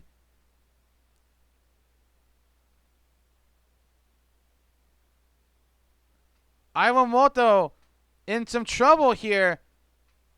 Doesn't look like Abe completely has that octopus hold fully cinched. but Iwamoto was in trouble, took a chance, leapt for that rope, managed to get it, got a break. Referee gets in there and breaks it up. Abe loads it up, hits another right punch to the face of Iwamoto. Abe loads up another one, but catches a Uranagi-like maneuver. Again, Iwamoto has a very strong command of those judo throws. And he just tossed down Abe like he was a sack of potatoes. Iwamoto, big vertical suplex. Follows up with a cover. 2 count only. Iwamoto, German suplex hold. 2 count.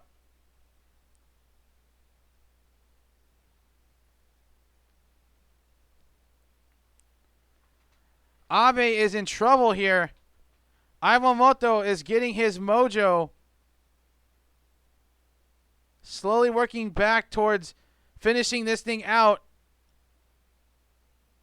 Trying to hook up Abe for Dragon Suplex, but Abe fights out. Abe steps over. Iwamoto tried to meet him halfway with something, but Abe caught him. Locked him up, only got a 2 count. Head scissors takedown. Lightning fast, hits him with the stunted version of the Gogo no Gijutsu. Bounces Abe off the ropes. Hits another one, but Abe saw it coming, rolls him up. 2 count only. Abe definitely caught some of that impact. Looks like he's actually bleeding just a tiny bit from the top of his head, but as I said, he knows Iwamoto very well. Headbutt from Abe. Iwamoto counters with the lariat, short arm. Abe is on Dream Street. And there it is. Covers. 3 count. There is your winner, Koji Iwamoto. He retains the junior heavyweight title here. That Gogo no Gijutsu, he just hits that so fast. Our good friend Kompa would say, damn fast. Beautiful judo throw. Classic judo throw from a wonderful judo practitioner here. Koji Iwamoto, the top dog in the junior heavyweight division in All Japan. Abe and Iwamoto showing great amount of respect here for each other. Friends, stablemates, allies, these two are. But they will not show each other much mercy when the title is on the line here like it was, and Iwamoto is lucky to come out of this thing retaining his junior heavyweight title.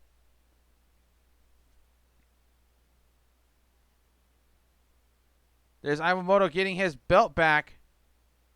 Congratulations to him.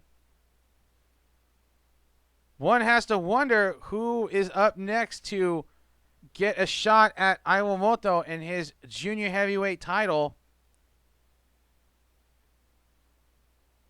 Nikan Lee raises the hand of the winner. Retains the junior heavyweight title.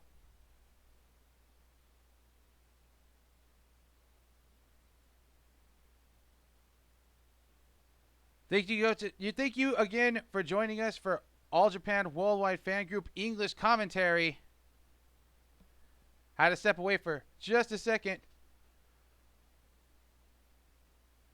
But as we mentioned earlier, one has to wonder who is next to contend for the junior heavyweight title. It could be Francesco Akira. It could be Atsuki Aoyagi going for it again. Hokuto Omori, definitely somebody to consider in the future. couple of different worthy opponents, but we will just have to keep our eyes on the news and developments as they come. But Iwamoto is the top dog in the division right now. Hell of a wrestler, one of the most talented in Japan, in the world.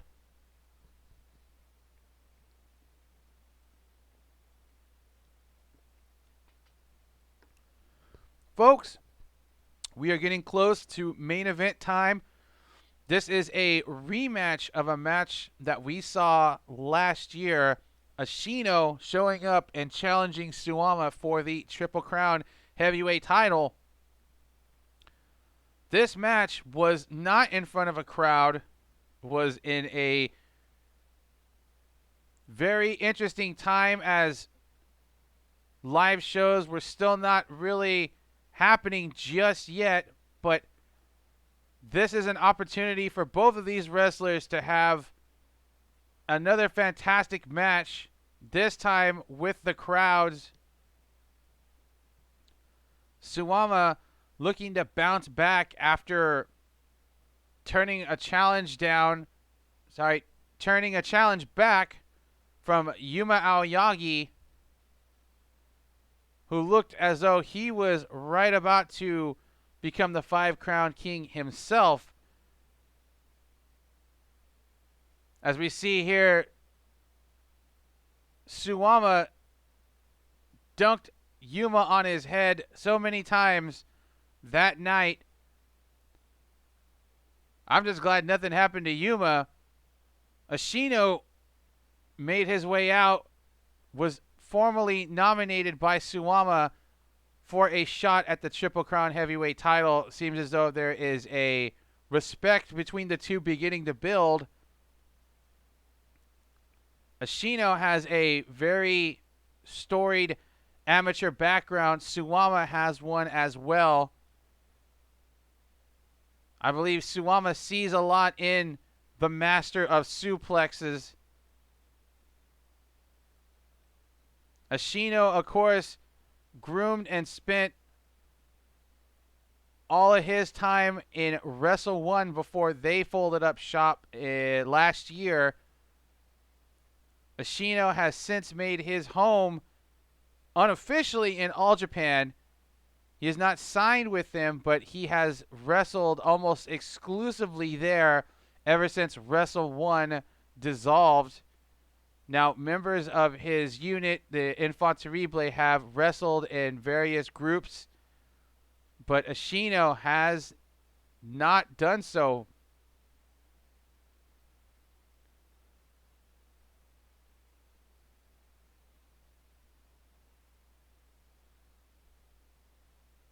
Ashino is looking to ascend to the top of All Japan, much similar to as he did in Wrestle 1. Tonight could be the night that he manages to do so.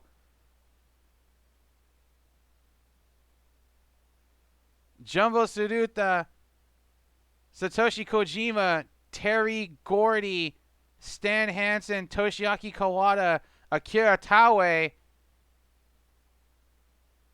Keiji Muto. Could Ashino add himself to that list of names tonight? Or will Suwama manage to pull out all the stops, become that much ahead in his title defenses, while it is another defense against opponent he already has beaten? Suwama is looking to build his legacy brick by brick. This would just be another one for him for that. Suwama not looking to give up that Triple Crown if he can help it. Suwama, the generational wall, one of the last bastions of the Muto era that is still around in the modern All Japan. He wears that on his sleeve proudly. Ashino may look towards wanting to become something like that himself in All Japan. Only time will tell, but tonight we will see them hook up one more time for the Triple Crown heavyweight title. Out comes Ashino in new ring gear.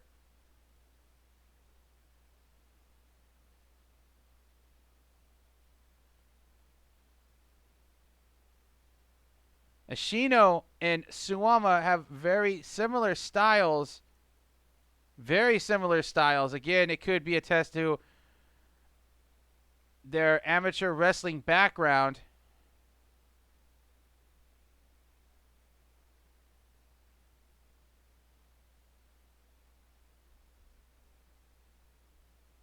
But Ashino looks to be poised and ready to take the title off of Suwama.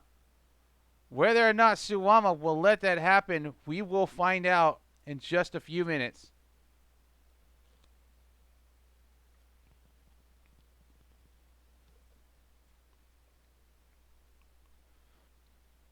Out comes the Triple Crown Heavyweight Champion, formerly the 5-Crown King. Just lost the World Tag Belts earlier this month.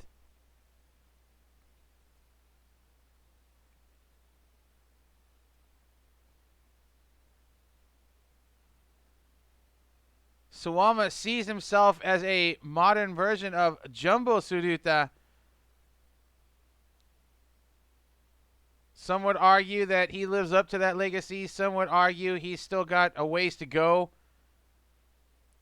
But one thing that cannot be denied, Suwama is very good at dropping people on their heads, and it has led him to shattering Kento's hopes of becoming the most successful Triple Crown Heavyweight Champion in All Japan history. Suwama has 7 reigns as Triple Crown Heavyweight Champion.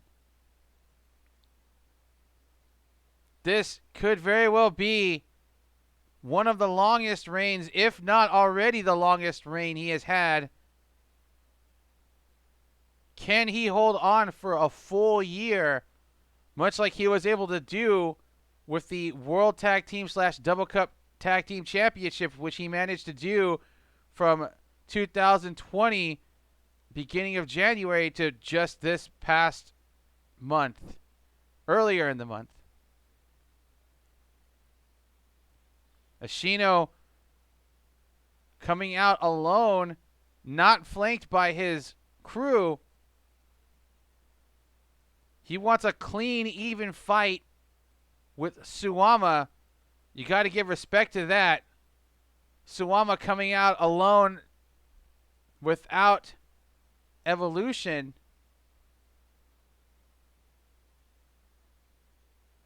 Kyohei Wada going to be the head referee for this match.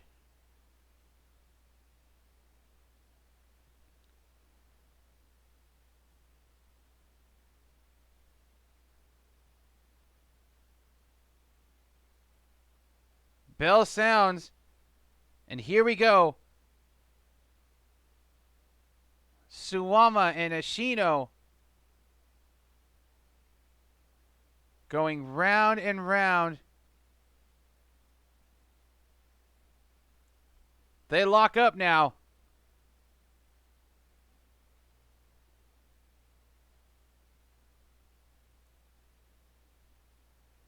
Jockeying for position, but they are pretty evenly matched. Ashino backs off, giving respect to Suwama. Suwama has the size advantage. Ashino is quicker. He has a lower center of gravity, being a smaller guy, but these offset when you get right down to it.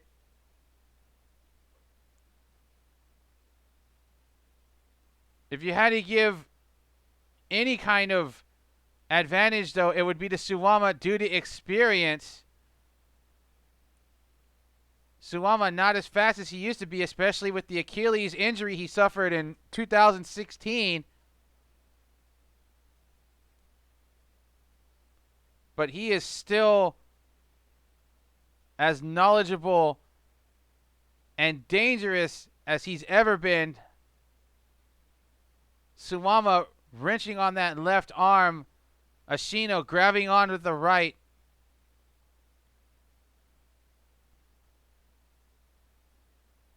Ashino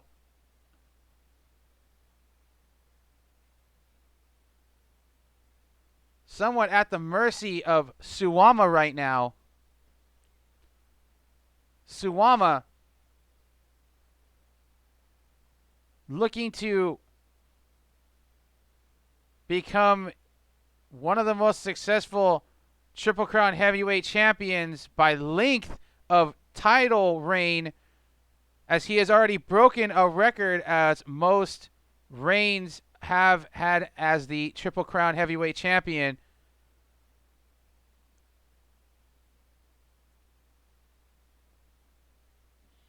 Ashino, Suwama look as though like they're having an amateur wrestling match right now. I'm sure this will not be the last or the first time we will see it look like this. Suwama tried to shoot in on him. Ashino shoots in. Manages to get a hold of the left ankle.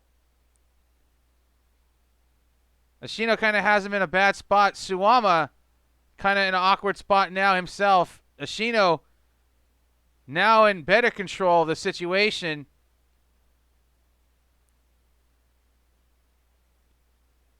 Ashino has all the tools of a champion, but does he know how to use them to beat somebody on the caliber of Suwama?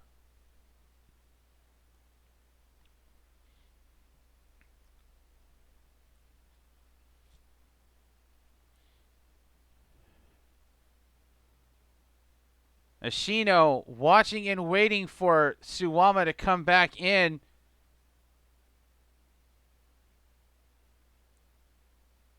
Ashino, Suwama, they lock up. Side headlock, Suwama squeezing the head of Ashino. Ashino bounces him off the ropes. Big shoulder tackle from Suwama. Side takeover. Head scissors takeover. As I mentioned, pretty evenly matched.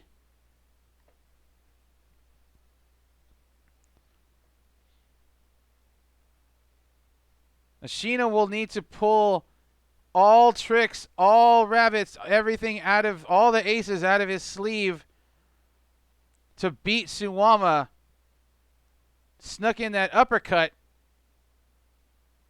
Loves using those uppercuts whenever he gets a chance to. Elbow shot from Suwama.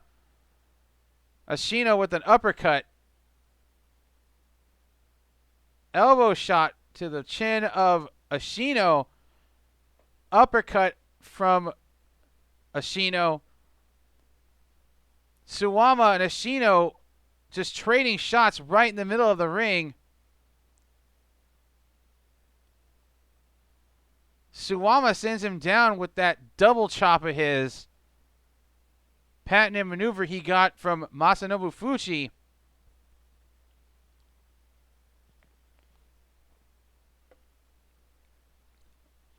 Ashino looking like he's in a little bit of trouble here. Suwama trying to go for a backdrop. Manages to hit it. Ashino lands right on the back of his head. 2 count.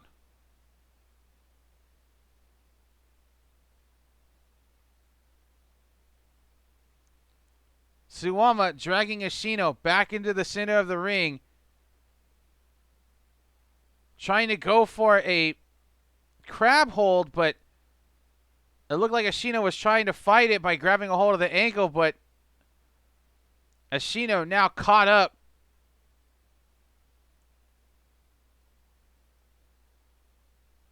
Ashino now is in a bad way, caught right in the middle of the ring, just about in the middle of the ring. Ashino trying to reach for those ropes, but Suwama using that height advantage to wrench back on Ashino, but Ashino manages to crawl over and get his arms draped on the bottom rope. We talk about ring presence, and Ashino has very good ring of presence. Very smart wrestler.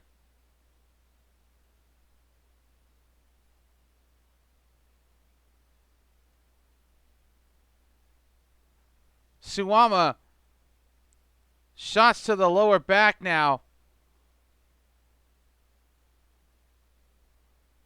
Suwama looking to pump this crowd up.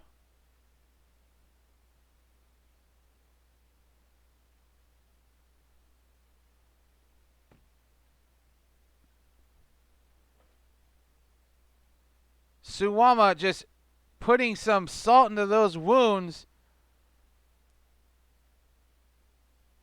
Jabbing kicks to the face of Ashino, beginning to show some real disrespect here. Ashino now going to work on the left leg of Suwama now. Suwama might have woken up the beast inside of Ashino. Loves using that ankle lock, but Ashino very much likes to use his submission holds, much like Suwama does. It's what he's known for most outside of being a very good master of the suplex. Suwama in some trouble now. Ashino wraps his leg, that calf area around the guardrail. Kyohei Wada trying to get in there, put a little law and order into this match, but Ashino breaks off when ordered by... My apologies. Actually, Tamuda is there for Evolution. Said earlier Suwama didn't come out with them, but it could just be Tamuda was already out there waiting for him. Ashino wraps up that left leg that he's working on. Suwama, for the moment, immobilized. Working over that big knee and leg area, the left leg of Suwama.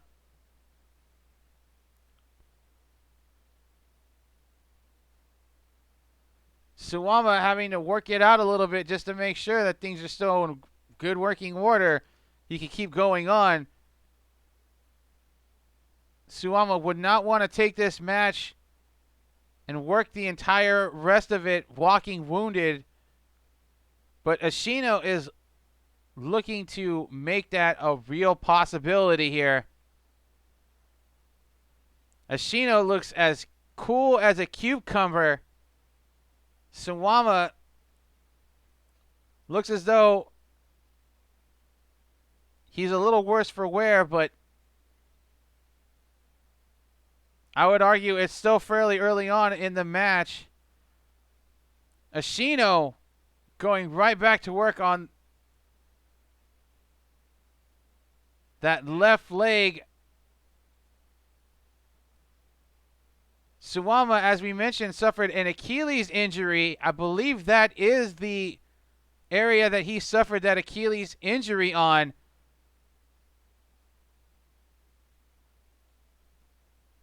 Ashino drilling his fist into the left knee of Suwama, putting a little salt into that wound himself. Suwama manages to get a hold of the bottom rope. Ashino is made to break the hold by Wada.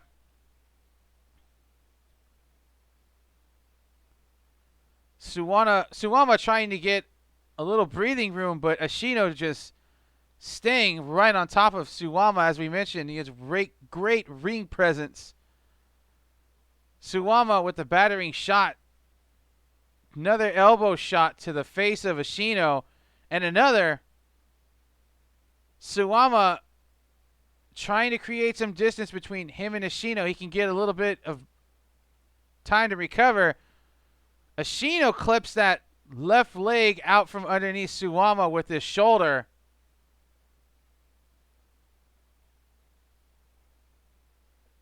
Suwama in some serious trouble now.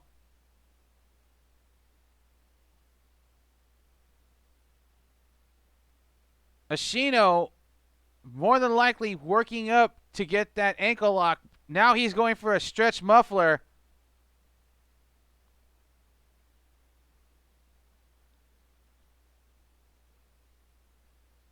He's trying to collapse his hands and put more pressure on that left leg, that damaged leg area of Suwama's.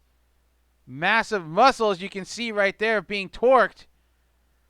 Suwama manages to grab a hold of the bottom rope. Manages to get the rope break, excuse me.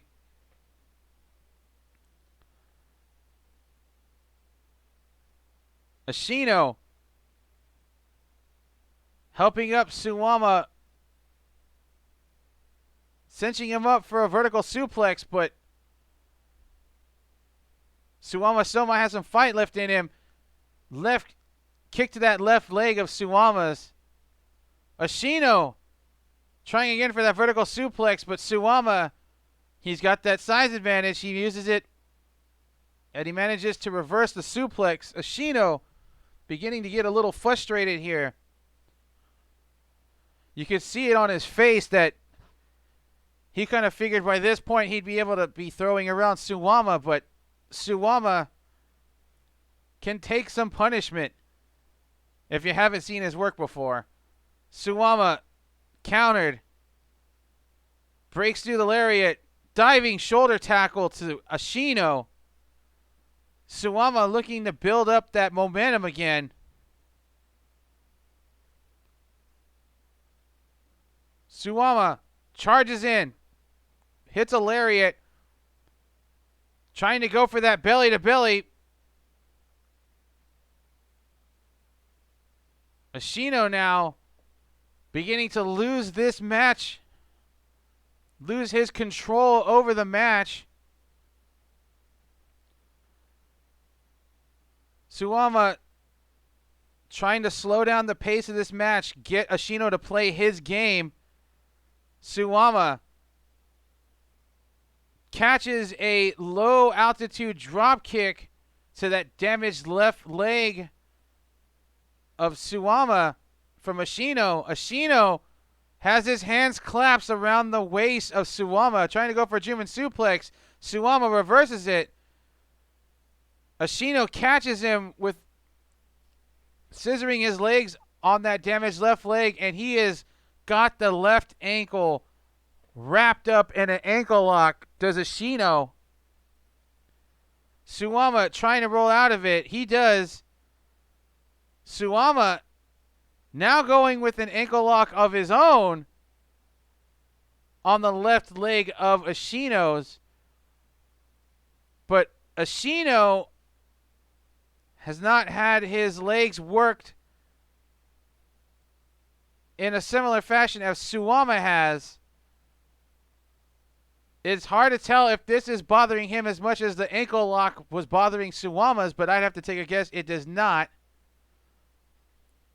But Ashino is beginning to grasp at the left leg. The damage may have already been done here to Ashino. Suwama looks as though he's cinching up Ashino for the last ride. Ashino using that low center of gravity we talked about earlier.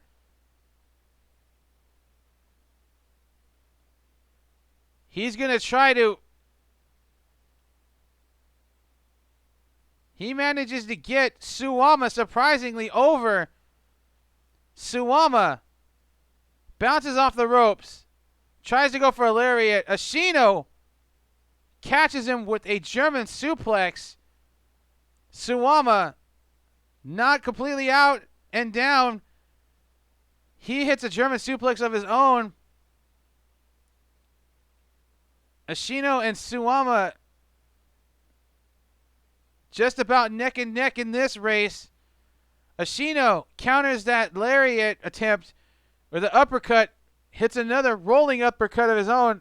Suwama back up on 2 feet. He hits a lariat on an incoming Ashino, and down they both go. Ashino, Suwama, both down, both looking up at the lights.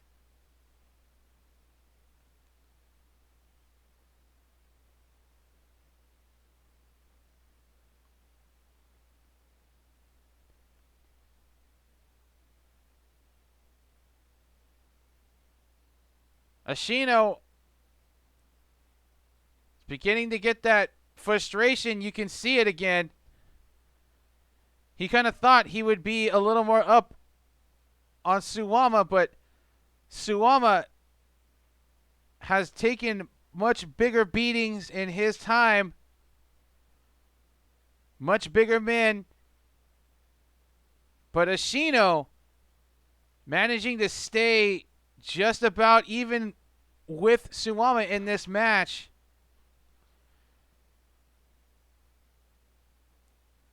Ashino getting rocked by a series of elbow shots from Suwama.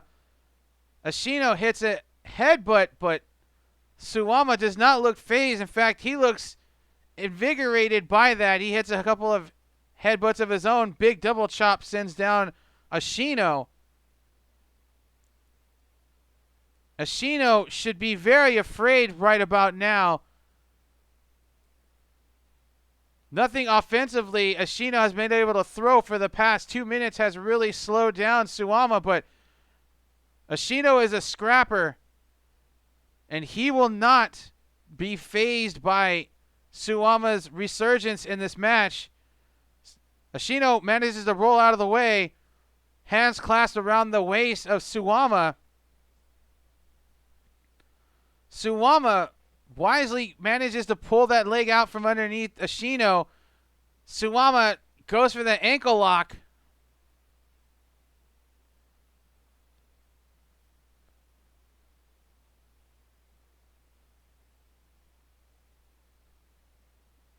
Ashino manages to counter with one of his own.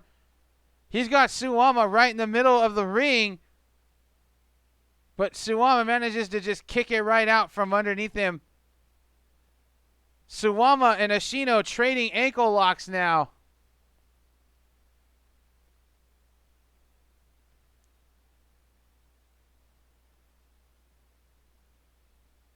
Ashino using his healthier leg to kick out. He catches a leg of Suwama's from a kick attempt, dragon screw leg whip. Ashino is right back at it with the ankle lock.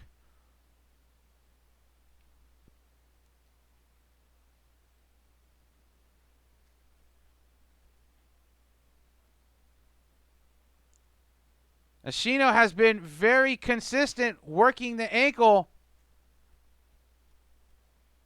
hoping that that would be the key to this whole match. Working a twofold attack by just doing the ankle lock, by slowing down Suwama, dropping the mobility of Suwama, and also fixating on that, a specialty of Ashino, that ankle lock. He's had it on for about 15-20 seconds straight now.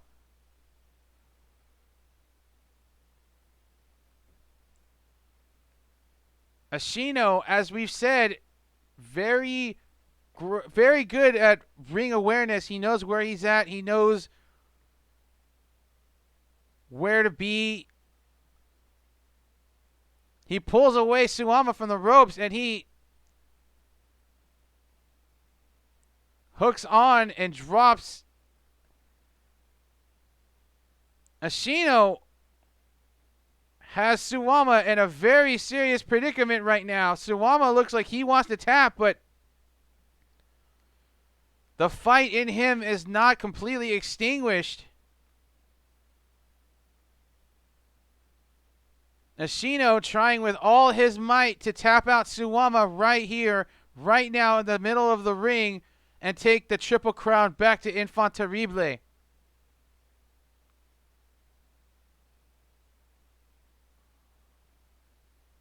You can see Ashino using both of his legs to add more leverage, add more pressure to Suwama, but it is not enough. Suwama manages to get to that bottom rope again.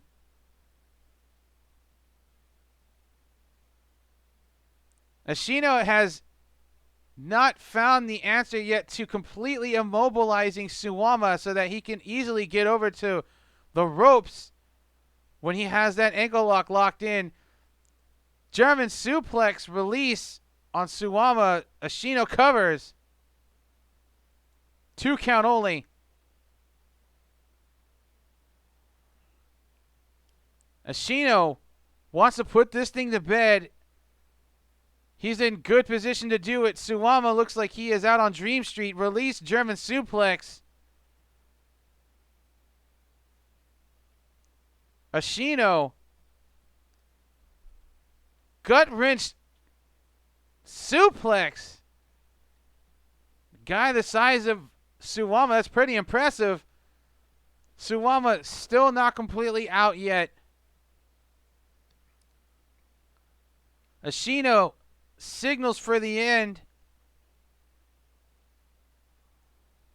Is he going to try to go for another German suplex, or is he going to go for the ankle lock? Another German suplex with a hold. Suwama managing to kick out just in the nick of time. Suwama looking very gassed here. Ashino, not so much, but you can tell that all that work on Ashino's left leg has also made him very immobile.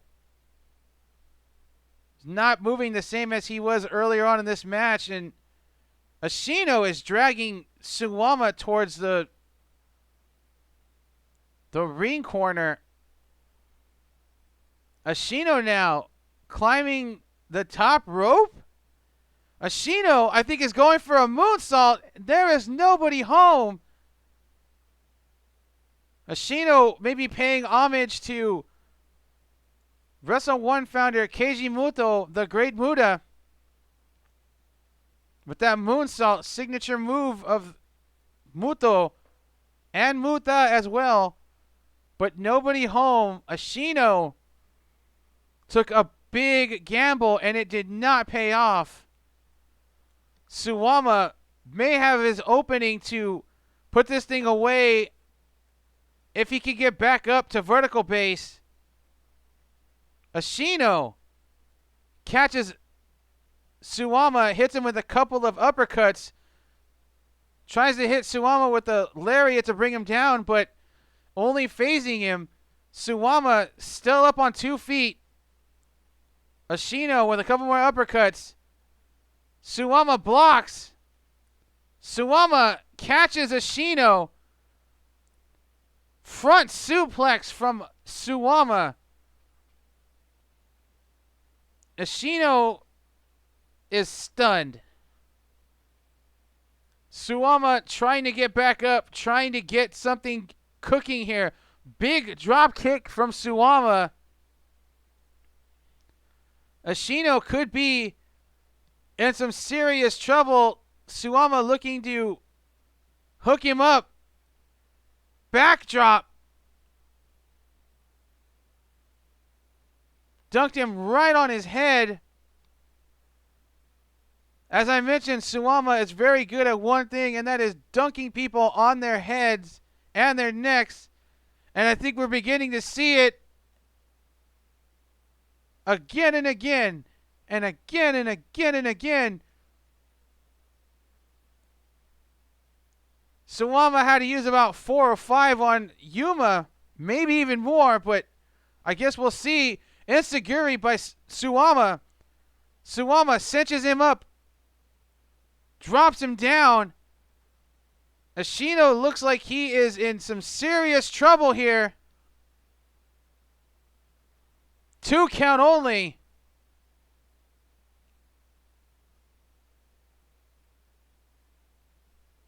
Suwama held on this long to catch that second win And I'd say it's just about here. Suwama signaling for a lariat out of the corner and takes off the head of Ashino.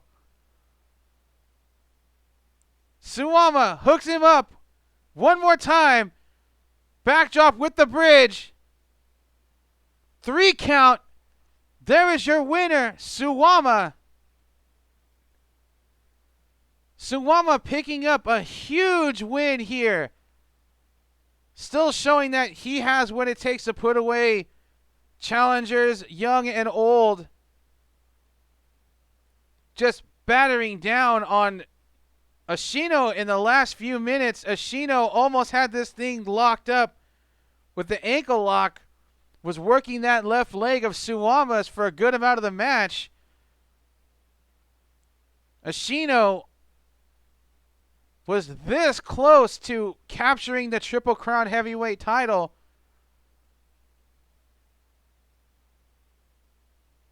But Suwama, the veteran, the man who is holding the Triple Crown heavyweight title now, he cannot be stopped. He has the goods. He knows what it takes. He managed to fend off Ashino tonight. You can see Suwama limping around from the damage he took from Ashino on that left leg. But it is not enough to keep Suwama from retaining the Triple Crown heavyweight title.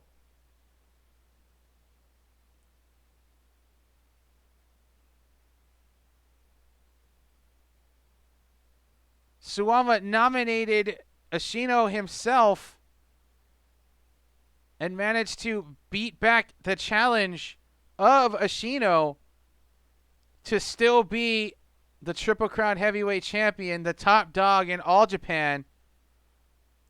You can see the look of disbelief in Ashino. Ashino was within a hair of taking that belt back with him to Infanterible.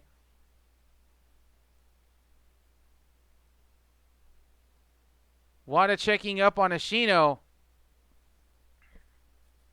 I'm sure it will not be Ashino's final Triple Crown title chance. Ashino still a relatively young wrestler, but you can imagine he's a bit discouraged.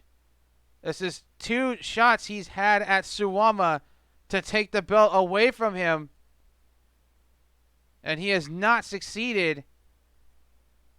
And Infanterible has been around for almost a year now in All Japan. Say close to about 10 months. And they have yet to win themselves any sort of major accolade or any major title. But if Infanterible, they are a very, very powerful group. They've only got time on their side. All Japan is ushering in a new wave.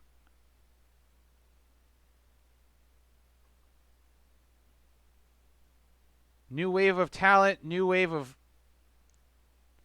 packing order of doing things.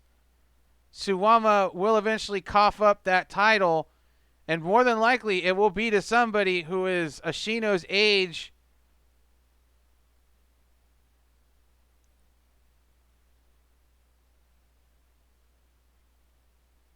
Suwama could very well be enjoying his last stretch as the top star in All Japan.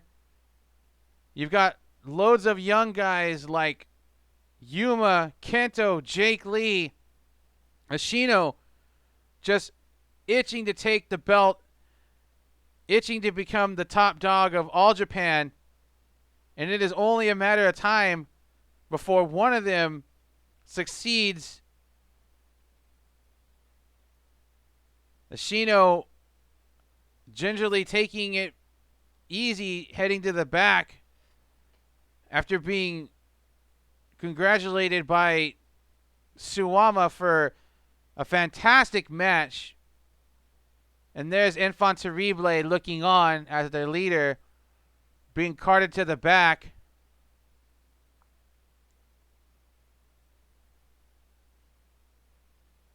You have to respect Ashino for keeping his team out of this match. It could have very much so been a key player in this match to cost Suwama the title, but Ashino wanted a fair and clean match. You have to respect that.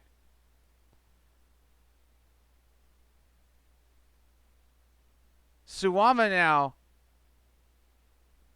being confronted by Kyohei Sato, who earlier tagged with his former BFFF, former tag partner, Shuji Ishikawa. One would imagine that Kyohei Sato wants a piece of that action of the Triple Crown title. He wants to still prove that he has what it takes to be a top star in any promotion he goes to. That's including All Japan.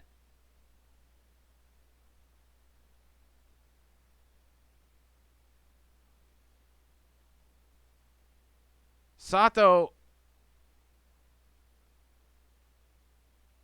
wanting to show Suwama that he is more than capable of taking the belt away from him. And we will see that over the next month.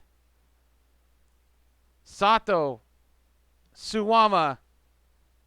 I could see it happening for the Triple Crown. But folks, that will do it for us here. All Japan Worldwide Fan Group English Commentary. We want to thank you again for joining us. We want to say thank you again for letting us be a part of your wrestling experience. Make sure that you're subscribed to AJPW.tv so you can catch what goes on during the Excite series over February. Want to say we hope that you're checking us out on Twitter at AJPW Worldwide. You're a member of the Facebook group. Just go ahead and find us on Facebook. Just search us out. It's All Japan Worldwide Fan Group. Thank you so much for joining us, folks. We are out of here. We will see you next time. Take care. So long from Kurikan Hall. Good night.